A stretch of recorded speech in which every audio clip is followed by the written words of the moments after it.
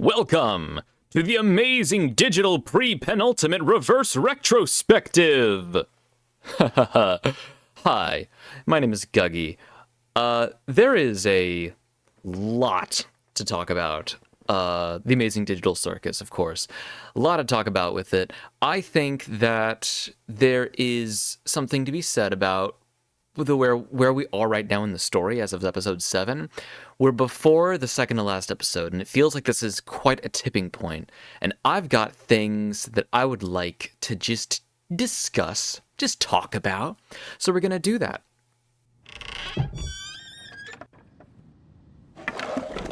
Is the adventure over already? No, the adventure hasn't even started yet. Oh, well, don't be a narc. Find your own hiding spot. It's not that, it's just that we haven't even seen Kane at all today. Plus, Gangle was looking for you. Hi, Zooble. I, first off, love them. Second off, there's a lot to say about the two characters that have aspects of themselves that just because of what they are in the digital circus, in this program, how it makes them not like themselves in some ways, but then as we move on through the series and as we see like what's going on and how they kind of evolve, you get just a wonderful, wonderful relationship between the two of them. It really is a much less dour look upon the situation that these kinds of characters can put themselves in, and it gives a better perspective as to how you're able to pull yourself out of some of that. There's just a lot there that I really do like. Wait, what's this? Hello, my little rubber baby buggy bumpers! Today, I've decided to go to the store to get essential ingredients. Also, something that I haven't really noticed until this point, Gangle's kind of large, at least in this frame. I know that, like, Pomni's, very short. That's, like, her whole thing. Short queen, let's go. But the scale of these characters, when it comes to themselves and each other, I don't know. It's something that we're gonna have to look at. There's so much to say. For my signature milk and cigarette casserole! Going out to get milk and cigarettes, yeah. I hope you can handle yourselves until I get back. Well, this was fun while it lasted. So, what's the adventure today? Oh, I don't have an adventure for you today, so... Cap. So I've seen the episode. This is such cap, and it's the first major thing that I do want to talk about, actually, because Kane, as a character, lends himself to the impression that he is a fool of sorts. That there's not a lot going on behind those eyes. He doesn't have a brain. But he is all mouth, and he really does like screaming.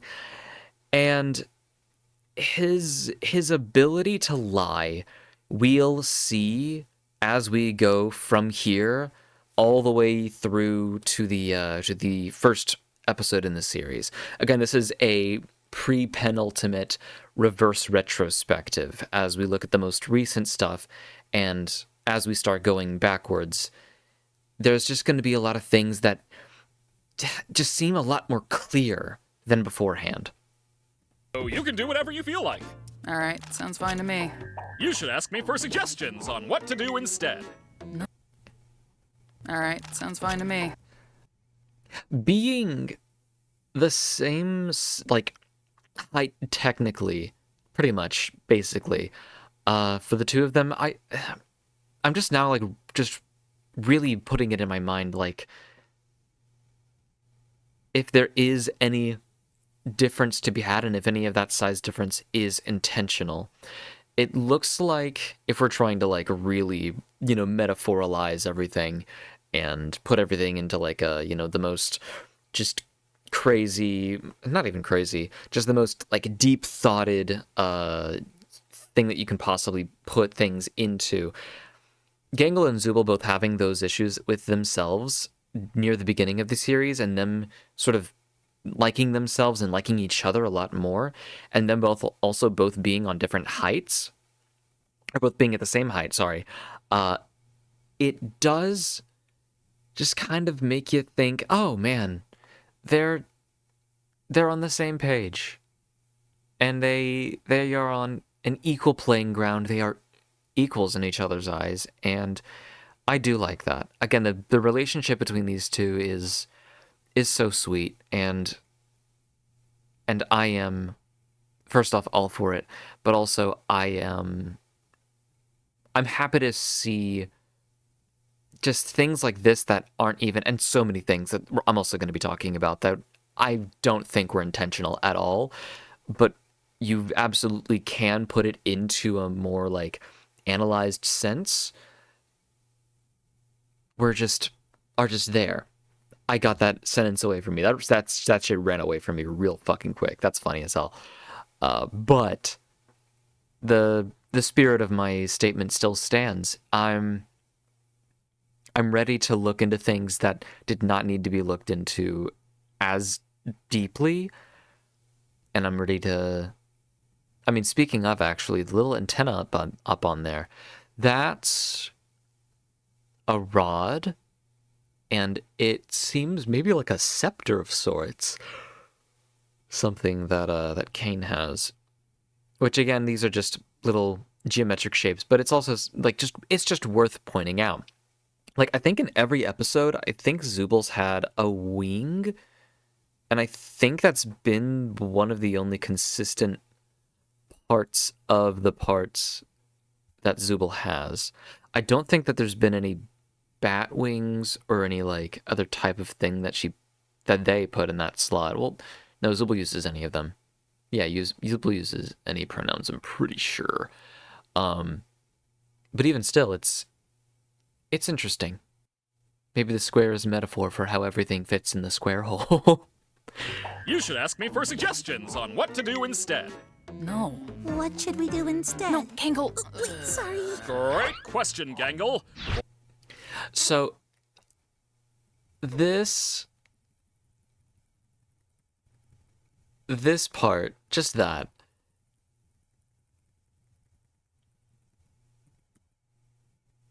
I am a fan of whenever a series kind of makes the voice actors record one thing and the animators go way too heavy into it,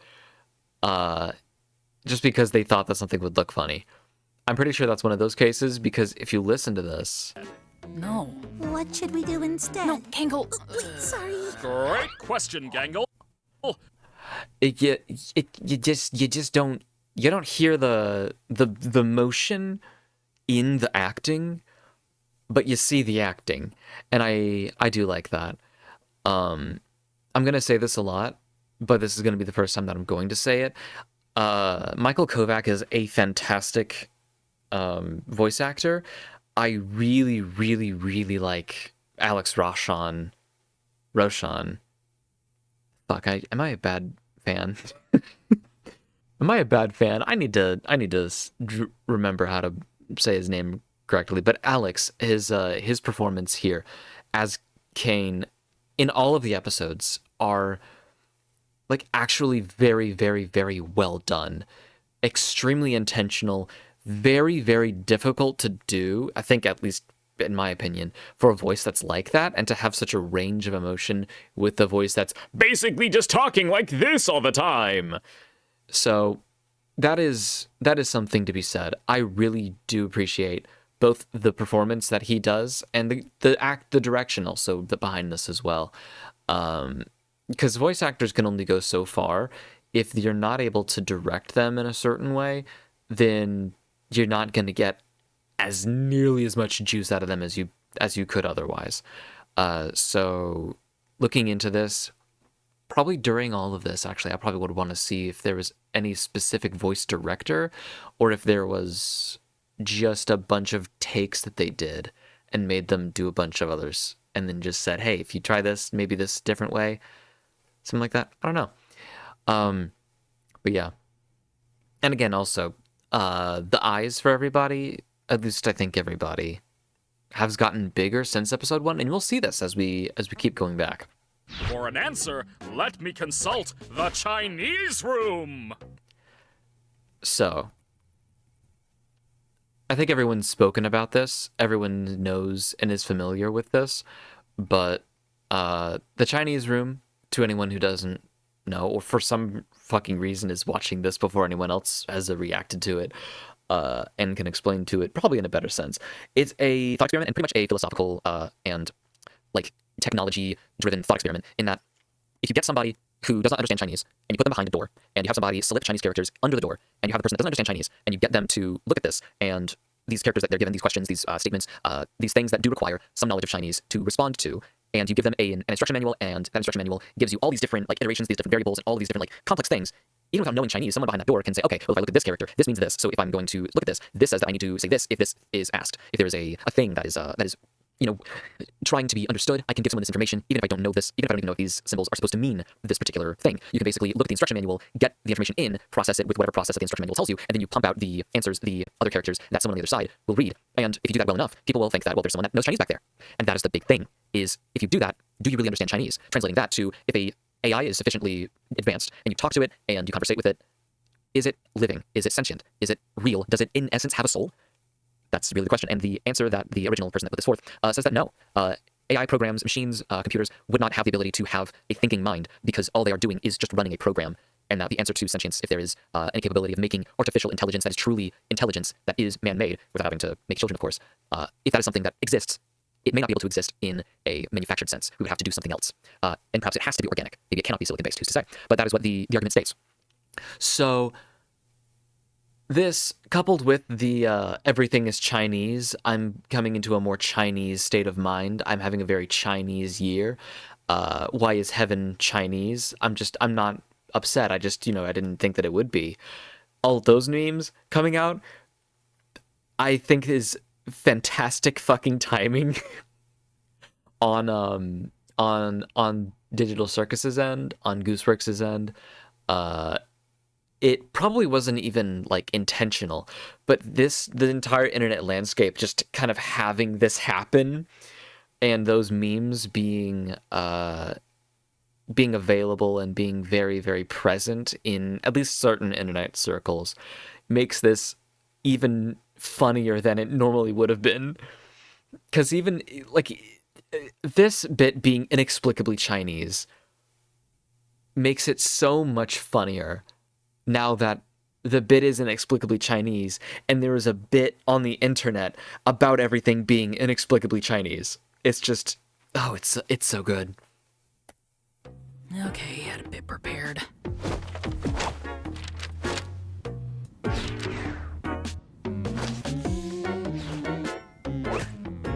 Okay, what? And it also sells the acting that Kane has, that Kane is possible of doing.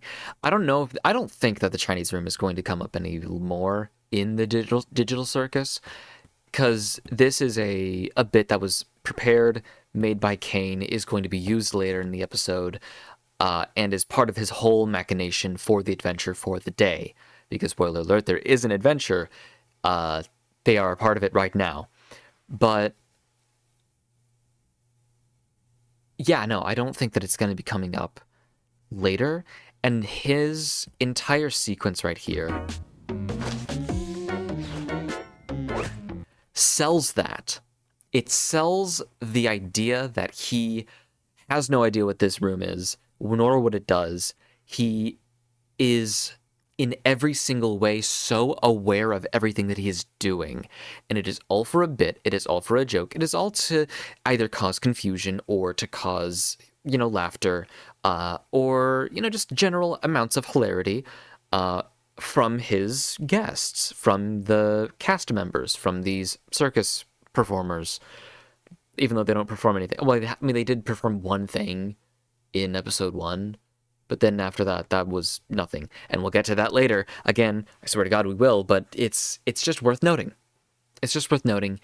he is absolutely fully aware and very, very, very smart and capable of acting, extremely capable of lying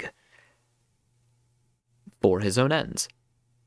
Those ends aren't necessarily meant to be nefarious, but god damn, they really are in a lot of ways, and very oftenly.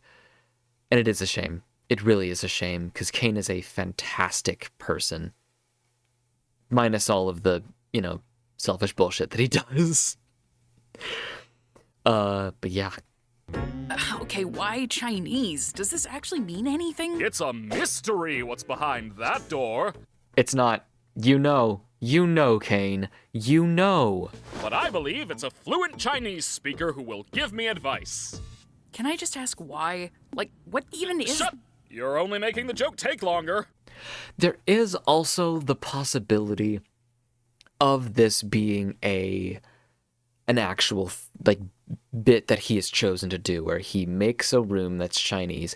I'm very sure he's aware of the thought experiment, and for the salt of the digital circus, I don't know if it's necessarily... I don't know. I don't think that he is unaware. I don't think that he is not a person, if we're looking at all of this, because he's got all of the makings of a person with their mind, their own goals, their own ambitions, but he is just AI in nature. Perhaps this is just him poking fun at the idea of the Chinese room, and him choosing not to know what is behind that door is maybe an ironic bit in itself, because the machinations that he makes and creates are very elaborate. Because again, he knows he is lying. He knows his plans from the very beginning. He says, "There's no game today." There is an adventure. That is just a straight up lie. That is a entire lie in every way, shape, and form. So, is he aware from what's behind it?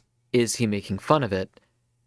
And depending on how complex his entire algorithm is he complex enough to be a person that has all these different synapses and all these, fucking things behind our brains and inside of our brains and outside of our brains and in our nervous system everywhere? Or is he just a lie himself? Is Kane himself a lie? I don't know.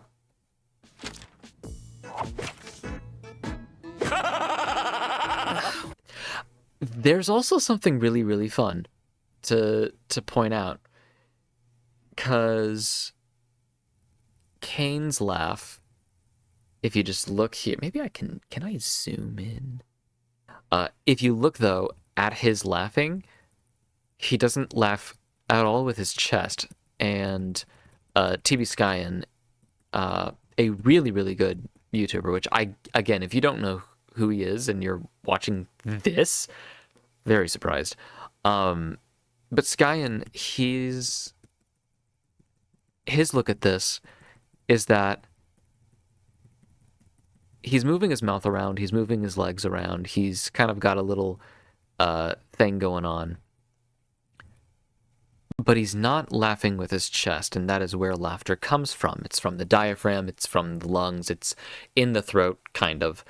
But more so not even the function, the movement of laughter is in the chest. It's, beneath the sternum. It's that area that just chortles, and that is how a human laugh is done. His entire torso not moving as he is doing this laugh makes this either a very, very believable performance, or this is just how he laughs because he is a computer and he doesn't laugh in the way that humans do. And if all of these humans in the circus are like scans of themselves, of all of their like brains and neurons and like things that, you know, move around and fire off, then I don't know. It's interesting to think, because after we watch this, What does it say? I don't know. I don't understand Chinese. that right there. Ha ha ha ha. That is a laugh. That is a genuine, real laugh from, again, everyone thinks it, everyone knows it, at least at this point, that Kinger, at the very least, it is confirmed that he went to computer science and studied computer science for 7 years, which would give him maybe a doctorate? I know that doctorates in tech and in math and things like that, I think you just need to do things.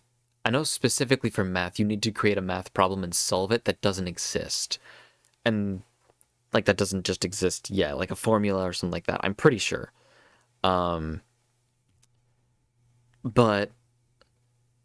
yeah, no, he's it's also worth noting that the smartest person in the cast is very mentally handicapped. And even then, in this state, when he's out in the light, he thought that was really funny. Because Kane's a funny guy. He's a very funny guy. And he's very nice. But nice is different than good. Hilarious. I don't know. Why don't you guys hang out at the digital lake? Prompting. These locations have just kinda been there this whole time. Not sure why you never visit them. That is also something to note too. The people that are in the circus, they just kind of don't do much. I don't imagine, unless if I'm proven otherwise in the later episode, I don't think that these adventures even take all that long to do. I think maybe they're a couple hours at most, but like, I don't think that they last like days or anything like that. So once they get back from an adventure, and I'm pretty sure that they're only like once every digital 24 hours, who's to say how long time actually takes in the program, but it doesn't seem to me that like what we're seeing is, you know, people going on adventures constantly every single day, always happening. I know that Kane needs to make them feel something. They need to have a mind that's, you know, exercised and things like that. But I feel like they're only a daily thing. That's what I'm gathering. That's what I can only imagine. And in their free time, what do they do? Like, I know that Jax likes sleeping. I mean, we're going to see him do something. I don't think it's sleeping, but there's so much that we haven't seen, because every other episode up to this point, other than the first and the sixth one, were spent in a different setting. There was a different place to be in all of this. So, yeah, no, I don't know. You should throw a freaking beach party. That's also something to think about too.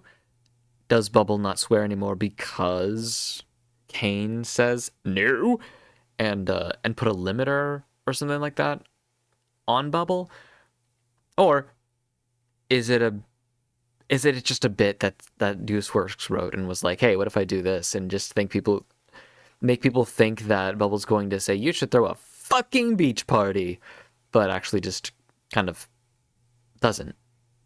Has a little bit of self-restraint. Maybe this is some character development for Bubble. I don't know. I hope so. I think that'd be fun. Good boy. Oh, that could be fun. Plus, there are some fun NPCs out there that none of you have even interacted with yet. I'm guessing they're not intelligent ones. They most certainly are not. Lie. I mean, lie technically, because out there we're going to find Abel, and then there's that whole entire thing that's going to happen because he's been around them for a while, and he's gained a lot of, mind. And so with Kane saying that, again, at the same time, how intelligent are we thinking intelligent is? Because, like, the fish guys, they have an interiority of sorts, but I don't know. What's the levels of intelligence here? Because I don't think that we've interacted with any NPCs that are, like, Oblivion level, or like any other kind of, like, kind of more jank stuff. They respond to everyone talking to them. They have, things that change if you do certain things to them. It might be a difference between this being a TV series, quote unquote, versus it being a video game. If this was a video game, that'd be really interesting, first off. But for the Digital Circus being a show, I think the fidelity of the acting, the fidelity of the animations and all that, I think that tends to make it feel more real, or at least the NPCs feel more real as people, because that entire episode with Gummy Goo, that was, I mean, he felt like an honest-to-God person. And I don't know. There's a lot of unknowns, and I don't like that goose. Give us answers, please. Mwah. Now go That was weird, actually. I take that back. have fun.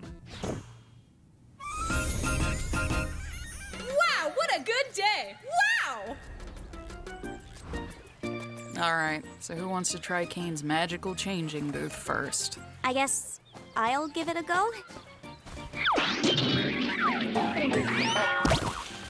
So there's something to be said about Pomni being the first to kind of put herself in harm's way, quote unquote, or just try things ever since she's let go of Gummy Goo. I think that and I'll probably get into this later, when we get to episode 4, but I think the scene of her kind of letting Gummy Goo go is her shifting her focus on not just the circus, but I think onto just, the rest of the cast. I think that's where her focus is now, and I think that's a really nice thing. It gives her the confidence to do things first, because I think that she knows that nothing in the circus can really hurt her. In the first few episodes, she had a few different mental breakdowns, but now she has become a really, really strong, very, like, mentally resilient person.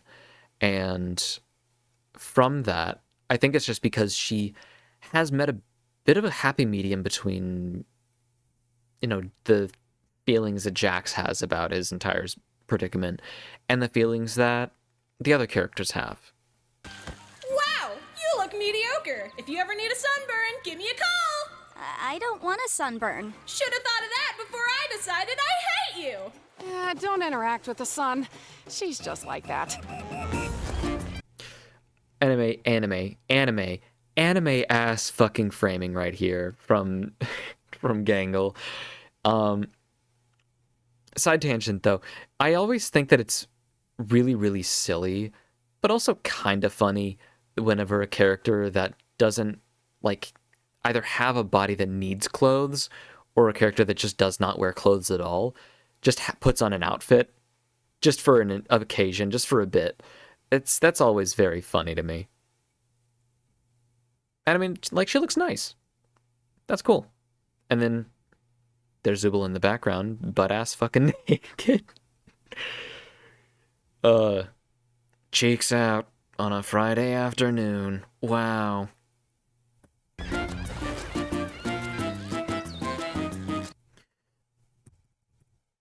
also don't know if this is a part of, if that entire thing is a part of Kinger's actual, like, model sheet. Or not even model, just model sheet. Just like the 3D model that he inhabits. Because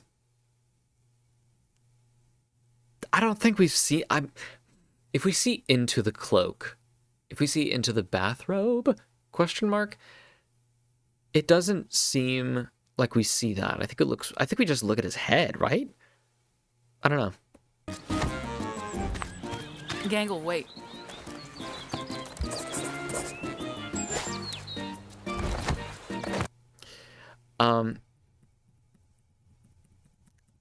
I'll just want to say, can I get this any better?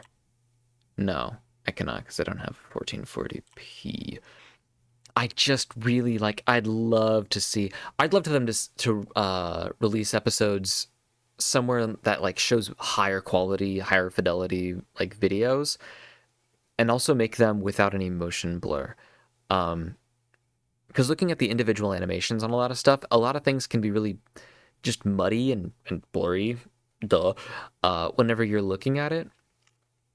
And it looks nice if you're looking at it just in motion, but if you're trying to analyze anything, if you're trying to see like the little, intricacies, I would really want them to make it so that you can see this without that blur that they put in post-processing. Because they've got all the animations, they've got all the rendering, they've got all the framing, they've got all the everything that you need, all of the compositing, everything. I do think that it would be so easy to just export the whole project file as a video file that's not blurred. I'd like that. I'd like to see that. Also, black and white baseball bat. Interesting choice. It's an interesting color scheme. I like that.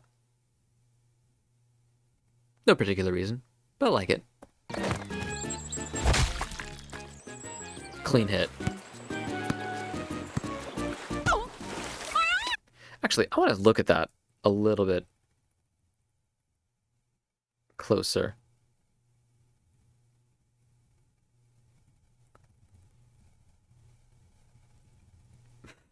Hey! It hits, and it goes directly from here, and it's already detached. And then smack, and she falls. Interesting. Okay. And then she looks like she's in pain. Terrible. Shock. Whoa! No! It's down. Aw, sad. I'll get it.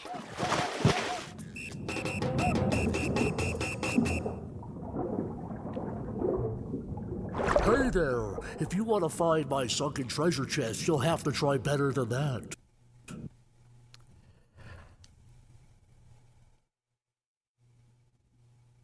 So, fun fact, if no one else knows, if no one watching this knows at least, this fish and the other one that we're going to see soon was animated and it was inspired by, like, Gunther's Pond or something like that. The Kevin Temmer, let's see, Gunther's Pond, was that Gaither's Pond? I hate that. Yeah, it was inspired by Gaither's Pond and modeled after that. And I'm pretty sure that Gaither's Pond is a yes. It was a is? First episode date, number of episodes 6. Okay, I was gonna say, I thought that this was like just gone, has been gone.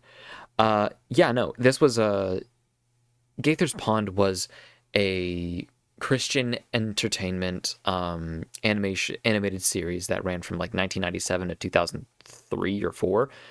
I'm pretty sure. I mean, IMDb says that. Yeah, 97 to 203. There's a lot of references to the Bible in this series. There's a lot of references to, like Cain and Abel, the first episode's ending scene with that's like essentially the Last Supper, all that.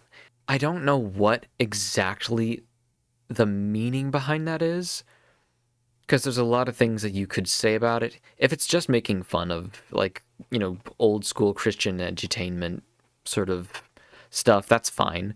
But I don't know. It's just interesting to have them specifically reference that for this bit. I just don't know. Again, a lot of unknowns.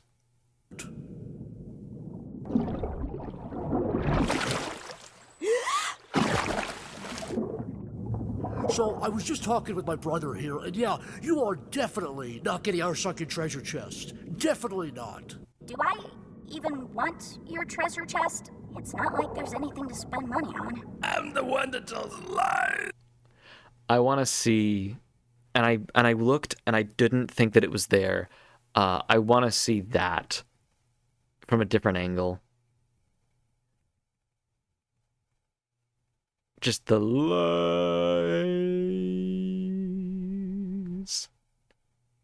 His eye clipping through his mouth. And then back. Because if it's just the front scale just increasing, that's one thing. But if it's like stretching the model and making it go out and cheating the camera, that'd be funny too. I don't know what that is. It's just a personal little thing that I want to know. Dude, you ruined it. Is that your treasure? Dude, no, they took everything. That was my entire life savings, dude. Oh my god. Oh god. Oh my god, I'm gonna be sick. I'm gonna be sick. That was everything. Oh my god. Those two fish also, they're not rendered the same way that everything else is. Even the treasure chest looks better than them. And that just adds to... It just adds to the comedy. It's just so fun. Did you find it? Nah, somebody plundered it before I could. What? What? Oh, wait, you're right. That's also a fun little thing about Pomni's character. She is very willing to go in on a bit. She's very, very, like... She wants to have fun here. At least from the interpretation that I'm taking. Again, I don't have any degrees or anything like that. I just like thinking about things, and I talked about that. I talk about what I think about. And I don't even think a lot. I don't have any thoughts, really, actually. What the hell am I doing here? What the fuck? Anyways, she's fun, and she goes along and she like becomes involved in the things, and that's very nice. I have to compliment the writers for this. I think the only writer is Gooseworks, I think. But no, it's really fun to see that there's been so much positive character development for all of the characters. And there has been positive character development for Jax too. I mean, we'll get to that, but it's not a lot, but there's stuff. It's great.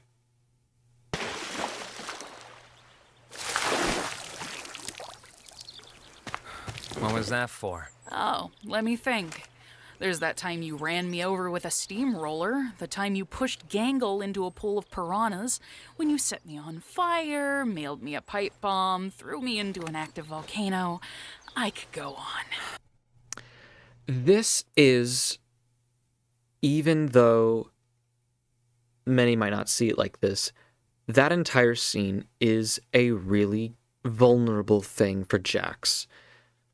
A lot of what we see in the earlier episodes is just his default smiling face that is a part of his mask. This thing that he puts on to make other people think that this is a version of him that's actually real and true, when it's not. He is deluding himself, and he is deluding everyone else, and is lying to them, and is just essentially being dishonest with who he actually is and how he really feels, because he doesn't want that to be apparent, either just because he thinks it's funny or because he doesn't want anyone to think about him in any particular way at all other than mild contempt, because that's what he feels for himself because of his insecurities and all that. Or because he wants to have control over how other people see him. And if he doesn't want people to see him a certain way, then he will always act a certain way so that other people just have no idea, so that they don't understand him, so that he can have a safe distance emotionally between him and other people. But him being visibly upset and him not enjoying himself, in quotes, that is a measure of vulnerability. He is letting other people know that there is something wrong, that he does not like something, even if he doesn't communicate what it is exactly. And I think that that does take a certain amount of bravery on his end to do so.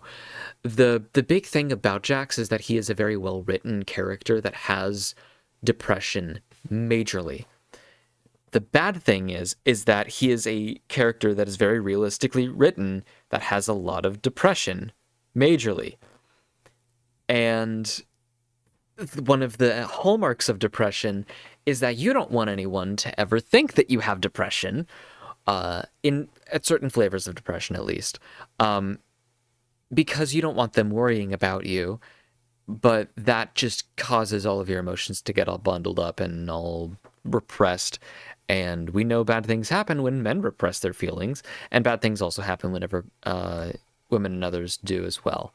But the point of the matter is, he is now at the stage where he doesn't care about being seen as not funny. He doesn't care because he is still very upset about what he and Pomni went through and what he did to Pomni last episode, because he was a dickbag. And that is something that is good character development for him. Showing that you have other emotions than just, hey, I'm a dickhead, that's a good thing. I mean, if you got someone like Zubul who hated his fucking ass, if he was able to get them, if you're able to get someone that hates you to go and interact with you willingly, and not only that, but as we're going to see now, Aren't you supposed to be miserable about your ability to choose your own body or something? Aren't you supposed to be causing trouble for everyone? to say something like that and to be invested in you at all, that shows. It shows a lot of things. I've been starting to think that maybe the ability to change is fine. Not needing to commit to one thing all the time. How about that? Another piece of positive character development. All of these characters are doing better. It may not feel like it, and getting better does often, if you're going by like, psychic things, what is it, mental stuff, psychologically, if you're going by it psychologically, you're going to feel worse before you feel better. And that is just kind of a fact. And if I do still have problems, I talk about them with the people I trust. Good thing I don't have any problems then. That was the mask coming back on, but even then, that was Zubul reaching out an olive branch, reaching out a resource to say, hey, you don't even have to talk to me about this, but I do recommend that you do talk to it with somebody. Whatever it is you're going through. Probably the guilt that you feel for being such a dickhead to the only people that could ever possibly care about you. And a lot of people also say that Jax doesn't work and he doesn't talk and he doesn't act logically. And that is the other thing about it. Depression is not a logical thing. Unless if you have actually ruined people's lives, and not even in I was mad at somebody and I was mean to them, and then something bad happened later, which by all accounts probably wasn't even your fault to begin with. If it was, though, that's bad. Work through that. work through why you did that in the first place. Even then, hating yourself to the degree that you do not want any sort of close interactions, any sort of friendship, or any other relationship to begin with, that is bad. That's just straight up bad. You need to... That is and I wish that it wasn't so prevalent these days, but it is a very, very abnormal in the sense that it's not uncommon, but abnormal in the sense that it is a thing that is so far removed from what normal should be that it is very concerning, and it is very, very, again, bad. Where are you going? Anywhere you losers won't yap my ear off. He feels dejected. He wants to leave. He wants to go. This is, and again, this isn't necessarily a retrospective, but like looking at this, I mean, it's a reverse retrospective, so like really, what can I say? But it's Jack's behavior, as we're gonna see from the episode 7 all the way down to 1, makes so much sense if you're watching it in reverse order, because you're seeing him have all of these different facial expressions and all of these different ways of showing his emotions. And you're going all the way back to whenever he was really only, almost exclusively, with his mask on. And I feel like from this episode onward, from, to 8 and 9, if he makes it that far, because, well, I mean, they've been, side tangent, they have been edging us for a live demonstration of an abstraction for years now at this point. And it's really fucked up to say, but I want to see it. If not one of the main cast, maybe if we can see Kaufmo's or Ribbit's extraction in like a flashback or something, I would love that. I would love to see the transformation that happens. If there is a transformation, if it's just like at one point your eyes go a little wonky and then model swap because that's not you anymore. I don't know.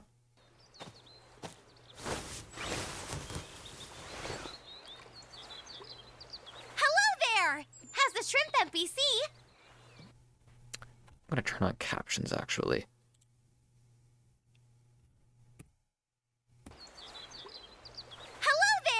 How's the shrimp NPC? Okay. This is to set up mainly just Shrimp Town, but I do make bits like this with my friends where I just like say something and I just stop. And people are like, yes, and go on. But watching this,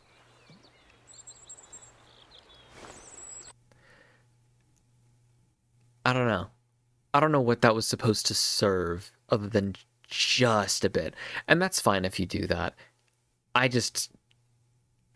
wonder what shrimp means. What is shrimp? Give me shrimp. Heaven, now. Also, there's no way that Jax didn't see Abel right there. I think he was just ignoring him. I don't know. Or maybe he wasn't. Maybe something else was going on. Something nefarious. I don't know. Also, another thing.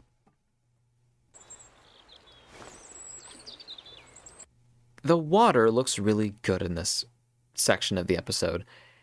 And it doesn't need to. But somebody worked a really long time, I bet, to make that look really good. Or they used some very nice shaders and just plopped them in there.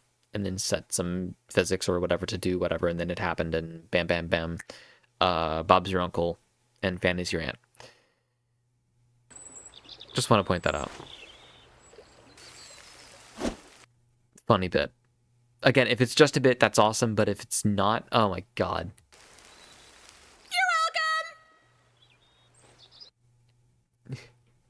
Dare I say, that was, immediate character development for the son.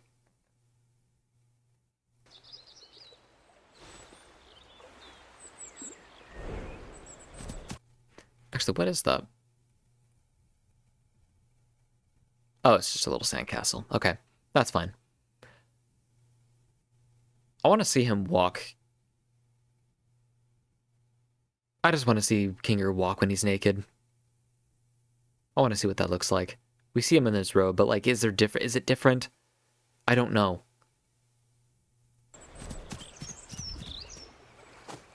Tee hee hee, ha ha ha. Also, that watermelon looks way too good. I want watermelon. Damn.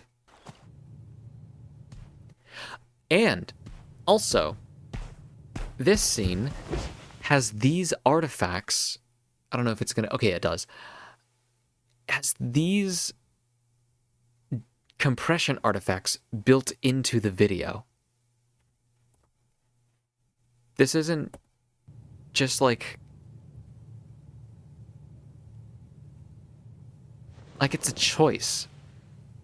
They made that happen because they wanted to.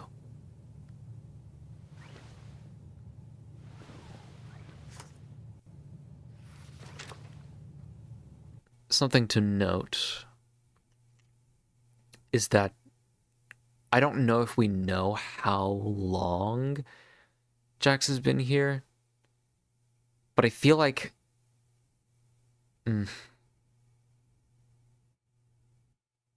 I think this is a headcanon, but I think that for a little while Jax might have tried to make friends with people really, really quickly and tried to grow close with people really, really quickly because he is a very lonely person.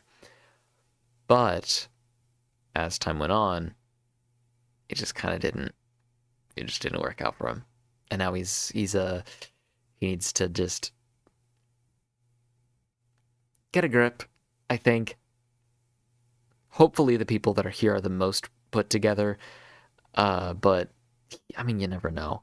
With him, Ribbit, and Kaufmo, I think later on we'll see that Kaufmo was one of the people that also was someone that originally made the circus, because Jax and Ribbit both are animals.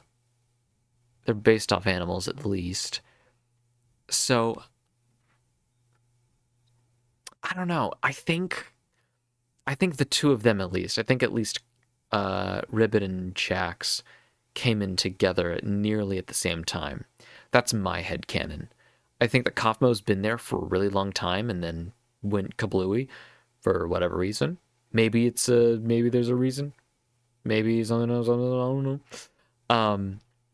But just because of their I think, yeah, he is the only animal-based character, I think, right now. Other than Pomni, who is based on a jester, and that is an animal.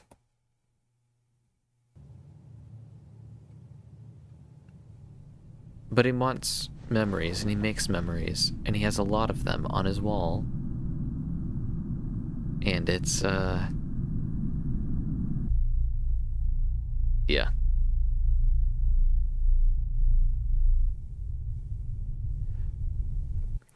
There's this subtle movement.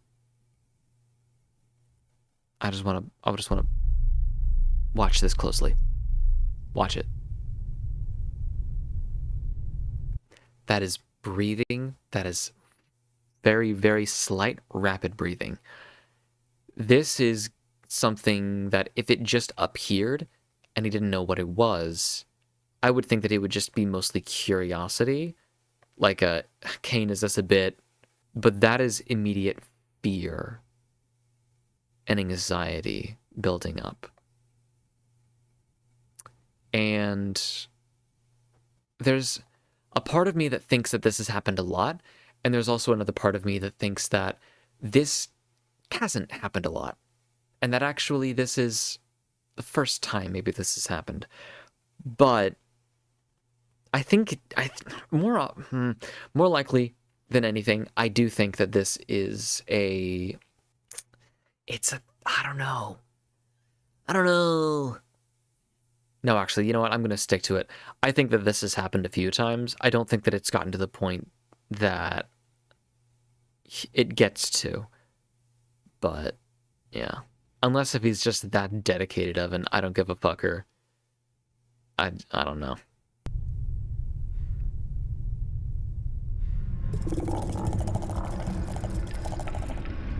Something else to note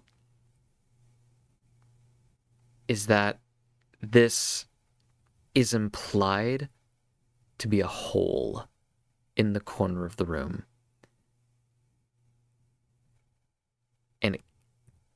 And these arms that look like rivets are coming out from around that, using geometry, using movement that does not make sense in Euclidean space. It's a dark triangle, and dark triangles are what abstracted characters are made of.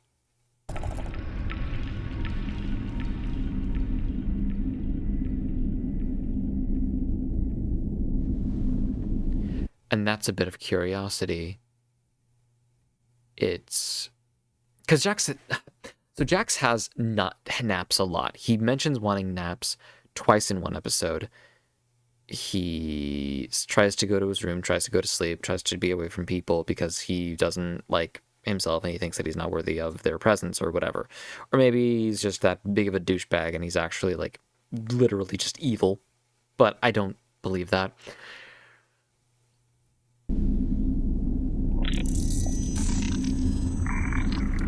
That is a layer taken away from him that is making him more vulnerable, though.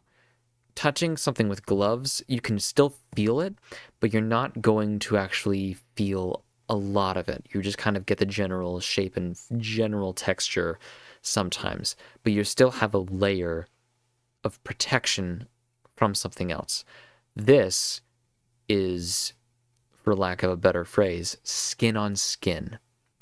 This is the first intimate touch, I think, that we see, other than the hug that Comney gives him. But this is something that he doesn't have as much protection from, and he's trying to see what's there. Again, that eyebrow, that eyelid lowering is just a little bit of... It's a little bit of curiosity, and it's a little bit of trust. Maybe this abstraction creature has come to him in the form of different people, and now it's come to him in the form of Ribbit. And since it's specifically Ribbit, he now reaches out.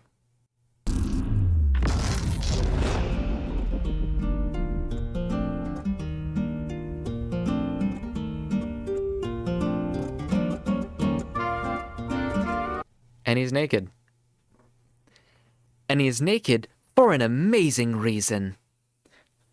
There's something to be said about vulnerability and being nude, not having all of these layers on you to, really show vulnerability and all of that.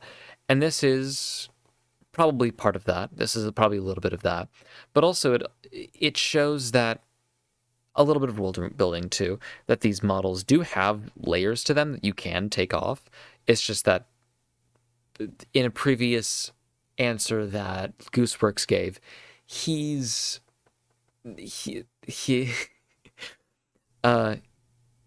not really allowed to take his clothes off. He's wanted to before, but he's not been allowed to. This is giving him that freedom. This abstraction, possibly, more likely than not, it's the first stage of it, I would think. Or at least the first part of the final stage. Because he's, again, at this point, up to this point, has been nothing but an asshole. He's coming into, I don't know, an acceptance of sorts, I would think.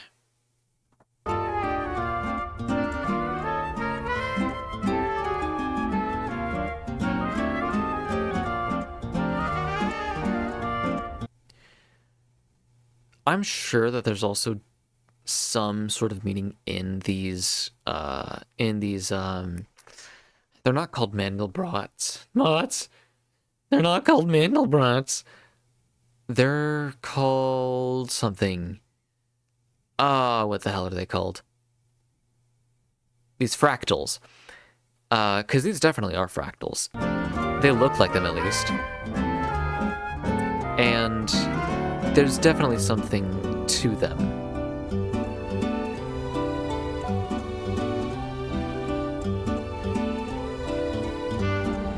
His movement is also very limited, it looks like. Like, it looks like he can't really move himself. And this is just one fractal layered on top of another. That's the intro. We're going to see the middle part that's getting close to the end, but we're not going to see the end. Yeah, it starts off with majority of Ribbit. And he sees his friends' faces. And that is a expression of tiredness, first off. And also an expression of forlornness, I would say. Possibly nostalgia. But in many ways, I think it's the beginning of relaxation. And it's something that I think that he wants very badly, but he does not need it in this way.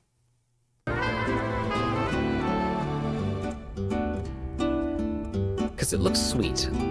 It looks so nice. And look, he's there with his friends too.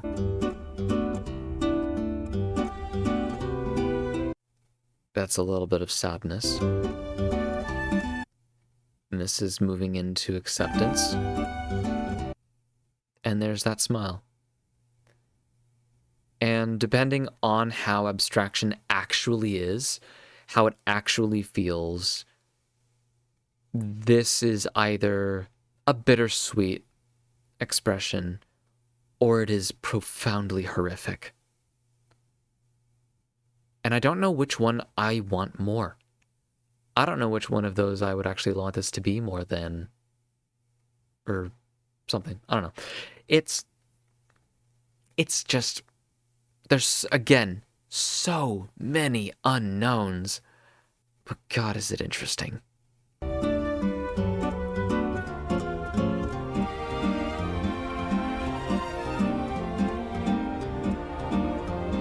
Also worth noting that this sequence is in 60 frames per second.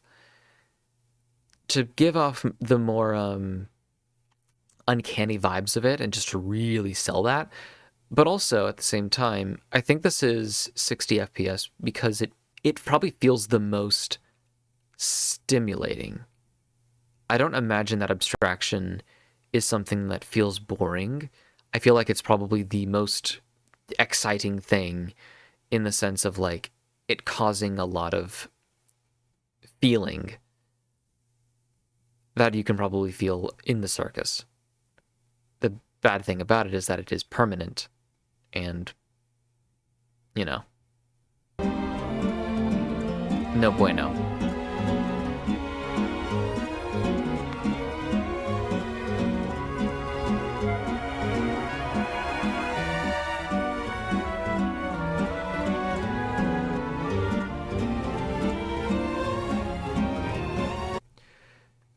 In the background here, it looks like windows to me.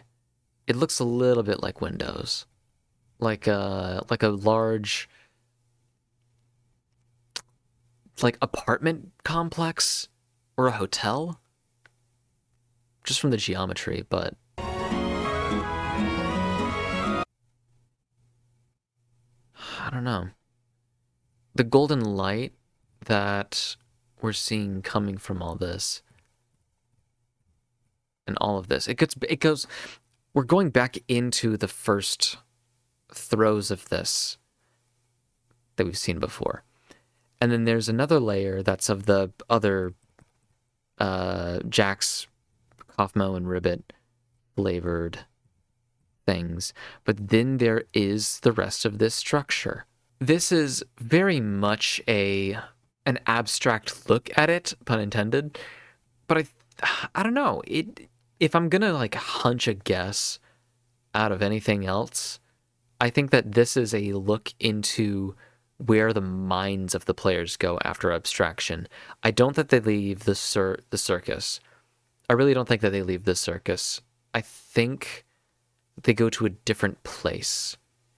If this is like a destination, and if it's not like a state of mind, at least, if this is actual like a place that we're looking at, just in a non-logical viewpoint, then this kind of implies that there's room for a lot of people to go somewhere, at least.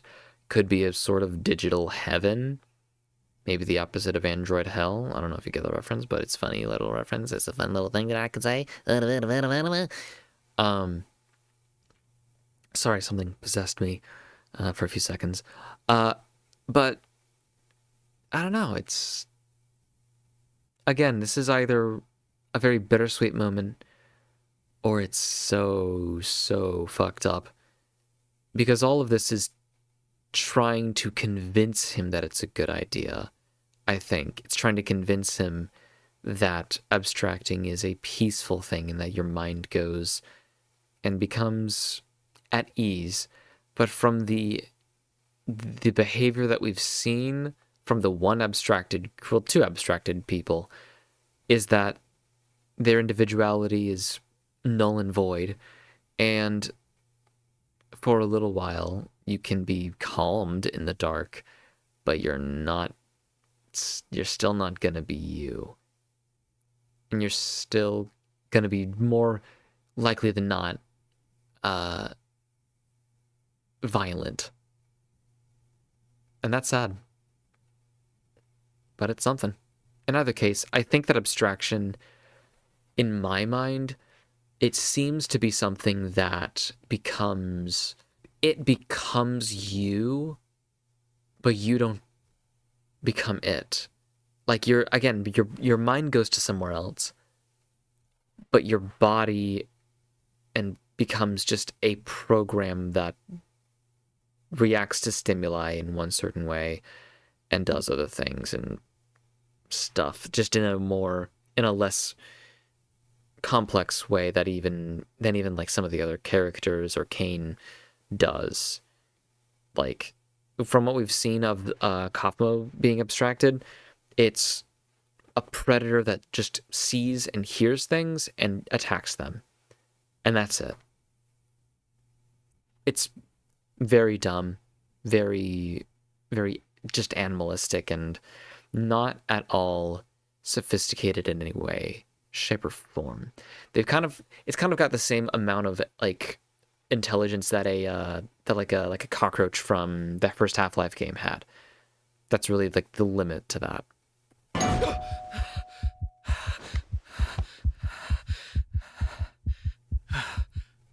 And that breathing again came from the chest.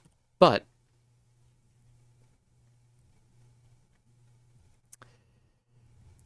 we're just gonna see if there's... Okay, so then that's hand. Pink. And that's it. Okay. He's got the swirlies in his eyes. Just for a frame before.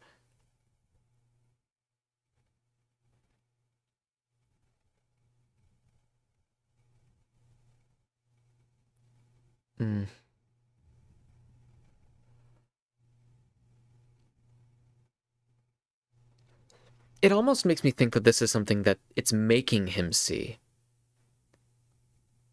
Maybe this is a vision, because it looks like he's transported to that place mentally, but he's not transported to that place physically in the game.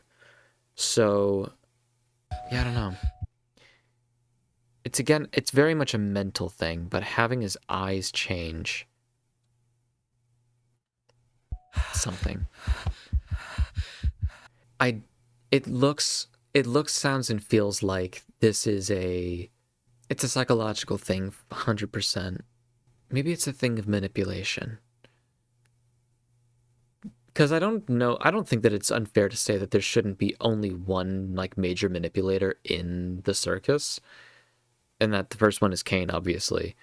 But if there's another layer to this, if there's another force at work that's not Kane, then it doing this, making Jax see this, because it can also make him see and hear and experience things, and also experience abstraction, which this kind of implies as well, that it's not necessarily something that happens whenever someone is super upset or very, like, mentally unstable, but it's something that happens to them. It's not something that they spur on. That it's something that occurs to a player because of something that triggers in their head, or like not even triggers in their head, but something that they feel. And the more negative emotions perhaps that a character feels, the more likely this program is to execute, or maybe more likely this program or this AI is to seek them out and to try to get them to abstract. Is there some means behind that? Is there a reason for that? What would be the purpose of that? Who really is to say?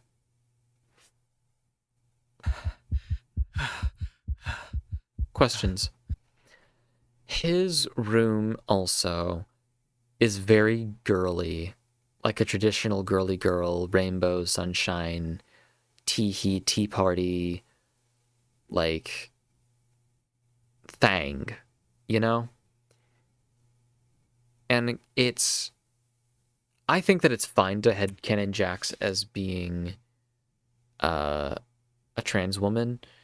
I don't, or just transgender maybe in general. Maybe he's a trans man, but I don't think that is the case. Simply because he does act extremely stereotypically boyish and very immature. And maybe I'm not woke enough, but from my experience, the transgender people that I've known, especially the transgender men that I've known, they are a lot more mature than a lot of other men that I've met, just by virtue of them having been raised as girls. And when you're raised as a girl, you're raised with a higher amount of expectations for you to act properly socially. There's a lot more wrong that you can do, and there's not as much of leeway socially for people to have with you. I don't want to get on too far of a tangent, but like connected to that, prejudice, racism and sexism, and the different phobias against queer people, those can sometimes manifest as hatred. A lot of the time also it can just manifest as a intolerance towards that type of person acting a certain way, in a way that you don't want them to. Not necessarily having any malicious feelings towards them, but if they don't act proper, then you feel a lot worse towards them. Just something to think about. But getting back on topic, his room is very girly because he's very insecure about his masculinity. And I feel like that is probably because I'm just going to headcanon him as cisgender. Which is a brave take. Very brave, I know. But I don't... all of the different characters do get their own rooms to be sort of cruel towards them. And I think that this cruelty is because he's not as masculine as he wants to be. He's very thin. He's not... the only, real power that he has is just the power of his words. There's no real force that he can put out into the world. There's not a lot that it looks like he can tough out. I mean, he damn near abstract, not even, I don't think he abstracted, but he was having a panic attack over him just being mean to a girl that was trying to get close to him. And like, that's probably a realistic, outcome for people that are human, but like, I don't know. All right, I'm a sweet tea, a beer, and some melatonin in on this. So let's see what else we got. I had to pause the recording for just a little bit, so yep, let's go.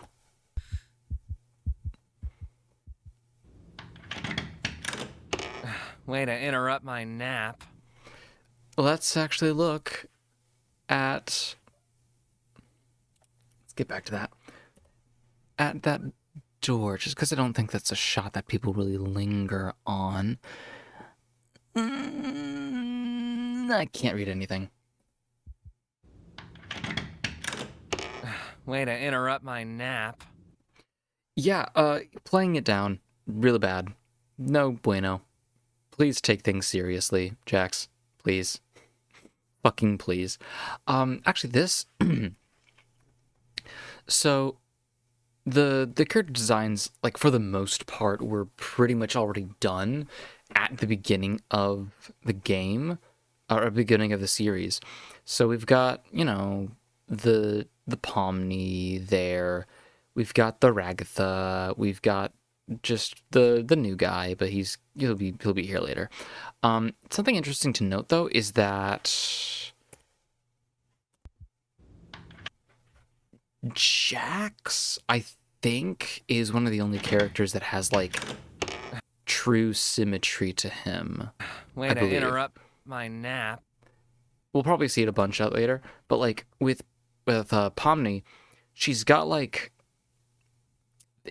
even if you don't count the colors as being, like symmetry, she's got these two bangs or these two things of hair right there, that are symmetrical, but her eyelashes on the top and bottom and her bangs here are both asymmetrical, and that is, as well as like the blue and the green, red, the blue and the red, both of those are, I think that they're like that just both to like illustrate the idea of blue and red as a theme that represents leaving and staying, or at least trying to find a way to leave and trying to stay. Both of those things as things that sort of are yin and yang to each other. There's something to be said about that like, Ragatha's got only one good eye, quote unquote. It's not really implied that she can see through this one, but I don't think that it's also like debunked that she can, or can't. It hasn't shown up, but like there's that. Everything else about her face is pretty symmetrical. Like she tends to talk out of one side whenever she's just not saying anything right here. She usually has like it in the center. The bangs and the hair, I think, are pretty symmetrical. Only thing that would be like the patches on her dress and all that. Gangle's another symmetrical one. I think it's just Gangle and Jax, though, Can we talk? that are like truly symmetrical. Your what? Yeah. He's not Also, he has a tail. I still don't know what that means. Still not a clue. No idea. actually an NPC. He's a human. Like us. Yes, I know. Getting stuck. Just really funny. Just really, really funny for her to be like, yeah, he's a human.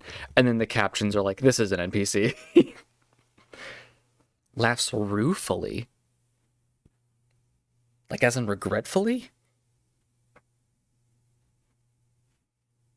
Why that word specifically? Getting stuck with a blank mannequin body of all things. Kane completely overlooked me. a lie. And maybe this is just because like the Digital Circus is coming out in the year of 2025. The year of our Lord is long past us. We are not anywhere near any divine grace whatsoever. But I just realized something really fucking funny. In the beach part of the episode, if we can see it in the little preview, because I don't want to go all the way back here. Ragatha, whenever she's wearing her swimming outfit, she doesn't have black tips on her feet. So these are shoes. I didn't even register that as part of the design. That's actually pretty funny. But because of this, I was able to, well... Oh my god, are they supposed to evoke fucking hooves? If so, that is just genius. I think I found the way to leave. The way to leave? Yes, the way to leave the circus and get back to the real world. Yes, but please, keep it discreet. If Kane catches on, I doubt he'll ever let us get this far again. At the first episode, we were introduced to the idea that Kane has hundreds of all-seeing eyes, and we haven't seen them, but we know that he's watching. Can he just make them invisible, or what is that? They're all in paintings, and they're all also like photorealistic. The rest of the parts of these paintings as well are they're just abstract and nonsensical. Strange. That's why we came to you. We thought you might have a key to the Chinese room. The Chinese room? See, and this is also something that's also worth noting. You can't bullshit a bullshitter, and Jax is the biggest bullshitter of the entire series. Yes. Like, Kane lies a lot, but Jax is... We know. You know what I mean. He's the one that... Like, he can't even kid himself. We're gonna need a place to talk without Kane listening in on us. I have a working theory that Kane will commit to a bit no matter... Just complete distrust.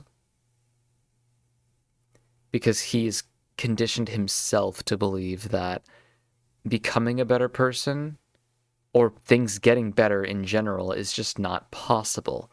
Because everything always seems to be getting worse. People come in, they go a little fucking crazy, they abstract, they leave. And he believes that he's next on the chopping block, and so maybe he's a little prophetic with that. I don't know. Matter what. And if the bid is to not know what's in the Chinese room... Kane, you pervert. He'll stick to it. I guess I'll check. These are all the keys I have where I don't know what they go to. Wait, don't you want to come with us? At this point, if we're looking at abstraction being another way to die and move into a different plane of existence, or move into like a digital heaven or hell, or whatever it would be, maybe even a purgatory, because this feels kind of like a purgatory of sorts. I think, I don't know. This is a thing that depressed people also kind of do, especially if they have some kind of suicidal ideation. Don't need to have suicidal ideation to have depression, and vice versa, but like they kind of go hand in hand a lot. you're very comfortable with pushing people away so that you can get to killing yourself. And a lot of the times, people that are very close to ending it all will either become very, very nice, very concerned, thoughtful, and will be extremely generous before they off themselves, because there's an amount that you feel like you need to finish before you actually like stop living forever. And then there's also other people that kind of act like cats in a sense, in that they don't want anyone to feel like they are like worth anything, and so they will continue to push other people away, and then they will attempt. And I haven't seen that latter done many times in media, and I also haven't seen that latter one done many times in real life. I've definitely had conversations with people that were like kind of standoffish and not like interested in keeping a conversation when they didn't think that they would be alive to continue having ones. But it's just worth noting that this is a form of mental illness that I'm also like a little bit crunk. But I'm not really thinking of any examples in my mind of characters that are kind of like him in that sense. That it's a constant push away, and that any time that anybody gets the thought of being close to him, he finds a way to keep them away. Which again is not a good thing to do. And if you're watching this, you know that. So if you're not going to give yourself the authority to do so, I'm going to use my authority as a nobody fucking YouTuber with a PNG avatar to tell you, don't do that. Getting back to Jax though, yeah. He's finding every opportunity and every excuse he can to kill himself. And if you're stopping somebody from doing that, they're gonna get annoyed at you. The thing is that he's also the fakest I don't give a fucker ever on the planet. And so since he's getting asked, This could be our one chance to finally leave all this behind. I don't know. Sure, why not? I can postpone it, sure. Why not? For her. Why not? Whatever. Where even is Kane? He might be suspicious of us even being here. He's probably in his office, planning adventures. How do we even know we can trust this guy? Has he done anything to prove he's human? I've been here longer than any of you. See, that's nothing to prove it. Like, this episode, if anything, is a really good litmus test for showing how convincing people can be when they are lying through their fucking teeth, but they are lying through absolute omission and by redirecting the conversation. The question was, has he done anything to prove he's human? The answer is, I've been here longer than any of you. That's nothing. That is a nothing answer. And yet, it stops the other questions from being asked. I, for a little bit. helped create this place. Again, no proof. I'll explain more when we're in the room, but for now, please just trust me. Why not? You will not regret it. Am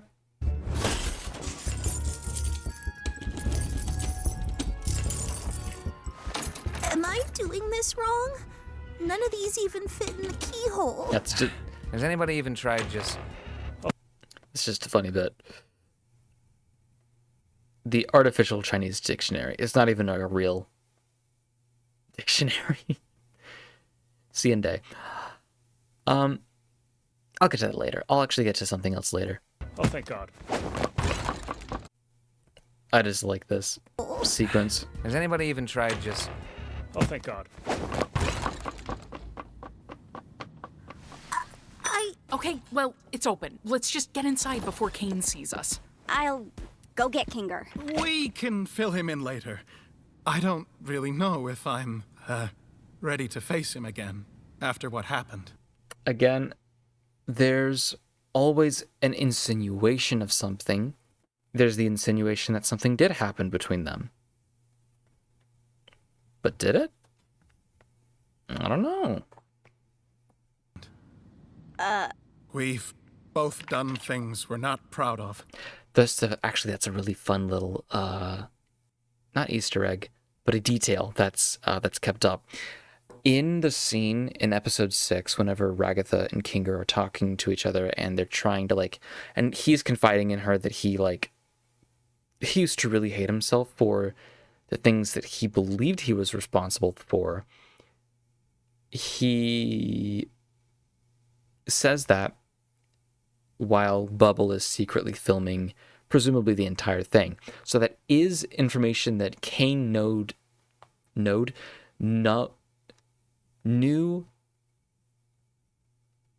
at that point. That's information that Kane knew now. No, at that point, that is information that Kane knew at that point. Yeah. And so now we're getting this, which is something that he built off of that. Because this is an NPC that is not being directly controlled by Kane. It is something that has some programming into it. It's got some a certain amount of instructions.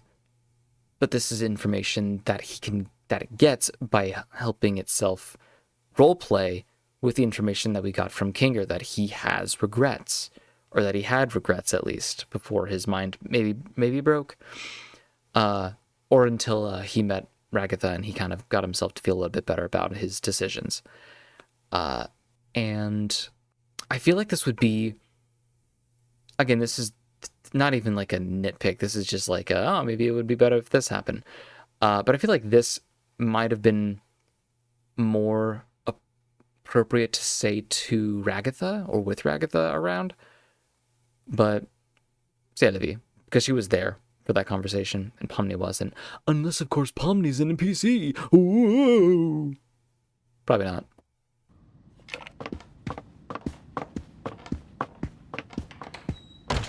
All right. Convince me. He's not going to get convinced. I'm one of the original programmers of the Digital Circus. A claim, but that's it. I was part of a team of experts employed by C&A to bring this place to life. C&A. Kinger was one of my co-workers, back when he was still... You really think Kinger worked with him? Oh, whoops, sorry. I can see it. Well, as production went on, the higher-ups at C&A started getting untrustworthy. They began forcibly hooking my fellow co-workers up to the computer in special stasis pods that would keep them alive and analyze their brains. Just awful stuff. I'm gonna shoot you down and say none of us are CNA employees. Now here's where I'm not too confident about this claim, but because I haven't seen episode 1 in a while, and I've seen this episode, I think, 3 or 4 times at this point. I just realized Pomni's floating. That's funny. It's just little details. It's cute. But this claim that I'm having, this thing that I'm not too sure of, is I don't think that we've seen any evidence that C&A even exists as a company outside of the circus. What I mean by that is that in the extremely few shots that we've seen of the real life office or the real life building that this place is supposed to be in, where it's supposed to be at, all of that, where that is. I don't think that we've seen the CNA logo. I don't think that we've seen the letters C&A in those areas at all. I don't think that we've seen them at all in the photos or in that like Kane has in episode 6 and now this one. And I don't think that we've seen them in episode 1. Maybe there was one that looked like that in episode 6, but I don't know. But if we haven't seen that, and all of this is just something that's been like if CNA is a company that was made up by Kane to even push the believability of this story even further, and it's been like years that he's been making this, that's funny. And that's also very cruel at the same time. But also it also goes to show that like, unless we see actual footage from what they're doing, from what we see, from the real life outside of it, there's nothing that is actually true in the circus. And that's a very, very, that's dangerous, that's bad. How would we have gotten hooked up to this big machine just by putting on a headset? That's what I wondered as well. But then I remembered that C&A was planning on expanding development. Last I remember, I was asked... Background music, background instrument at least, that is from episode 1. I know that, I remember that. Dun dun dun dun dun dun. What is that? Asking too many questions, and then poof, I was here. They're probably doing the same to anyone that stumbles into that office. Again, people going missing, and it also depends on the fidelity of the writing and also the believability of it. I don't know if that's exactly what is. I don't know. Again, so many unknown variables because it depends on the type of story that we're like trying to tell and the type of world that this simulation is coming from. If it's coming from a simulation of the real world using real world logic and real world, like everything, there would eventually, after decades, people would find this building. There would be people that would find out that like the power to this place was being, it was still something. There was still something working there. Like the energy was still being consumed there, or that people were going to this building with their cars that they were using and they were parking there and then nobody left.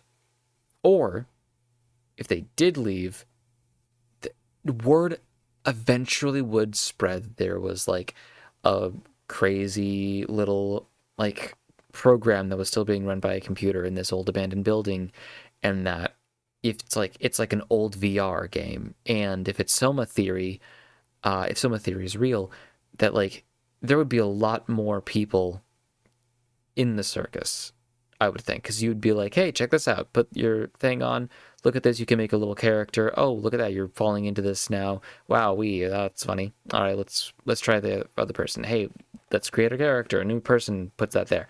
So like, with that all being said and all the possible brain scanning happening, the idea that, and this is again another thing, if you just stop and think about what someone says and you don't just take it for granted, you don't just accept it, but you think about the logic behind it, behind a story like this, that is implying that this building has people that are living in it, that are keeping it updated, and they are kidnapping people that go in there and then putting them in machines for what reason? Because eventually people are going to be wanting to look for you, especially if you're running away from somebody or if you are trying to just make a tube video. Something like that. So, I don't know. Again, so many unknowns. Kane is an AI. Yeah, I think we all got that. An AI specifically created to keep your minds active. That's probably the truth. Kane is most likely an AI that was used for this game to constantly create scenarios for people to play in as their VR chat avatars. And he is most likely also made to just entertain children, because that's the entire aesthetic of the digital circus. It is made for quote-unquote all ages, but the target demographic is going to be younger children. And if it's to keep your mind active, that means that you are supposed to be thinking about something. You're supposed to be learning something. You're supposed to be applying your knowledge and applying your skills and things like that to other things. And that's kind of circling back into the edutainment whole thing, you know? Like, I don't know, man. That's my headcanon, at least. I think that, and it's also like kind of implied to be real. That's been implied to be true. But, anyways. But he's just as much of a prisoner as you are. Baiting some sympathy. And people?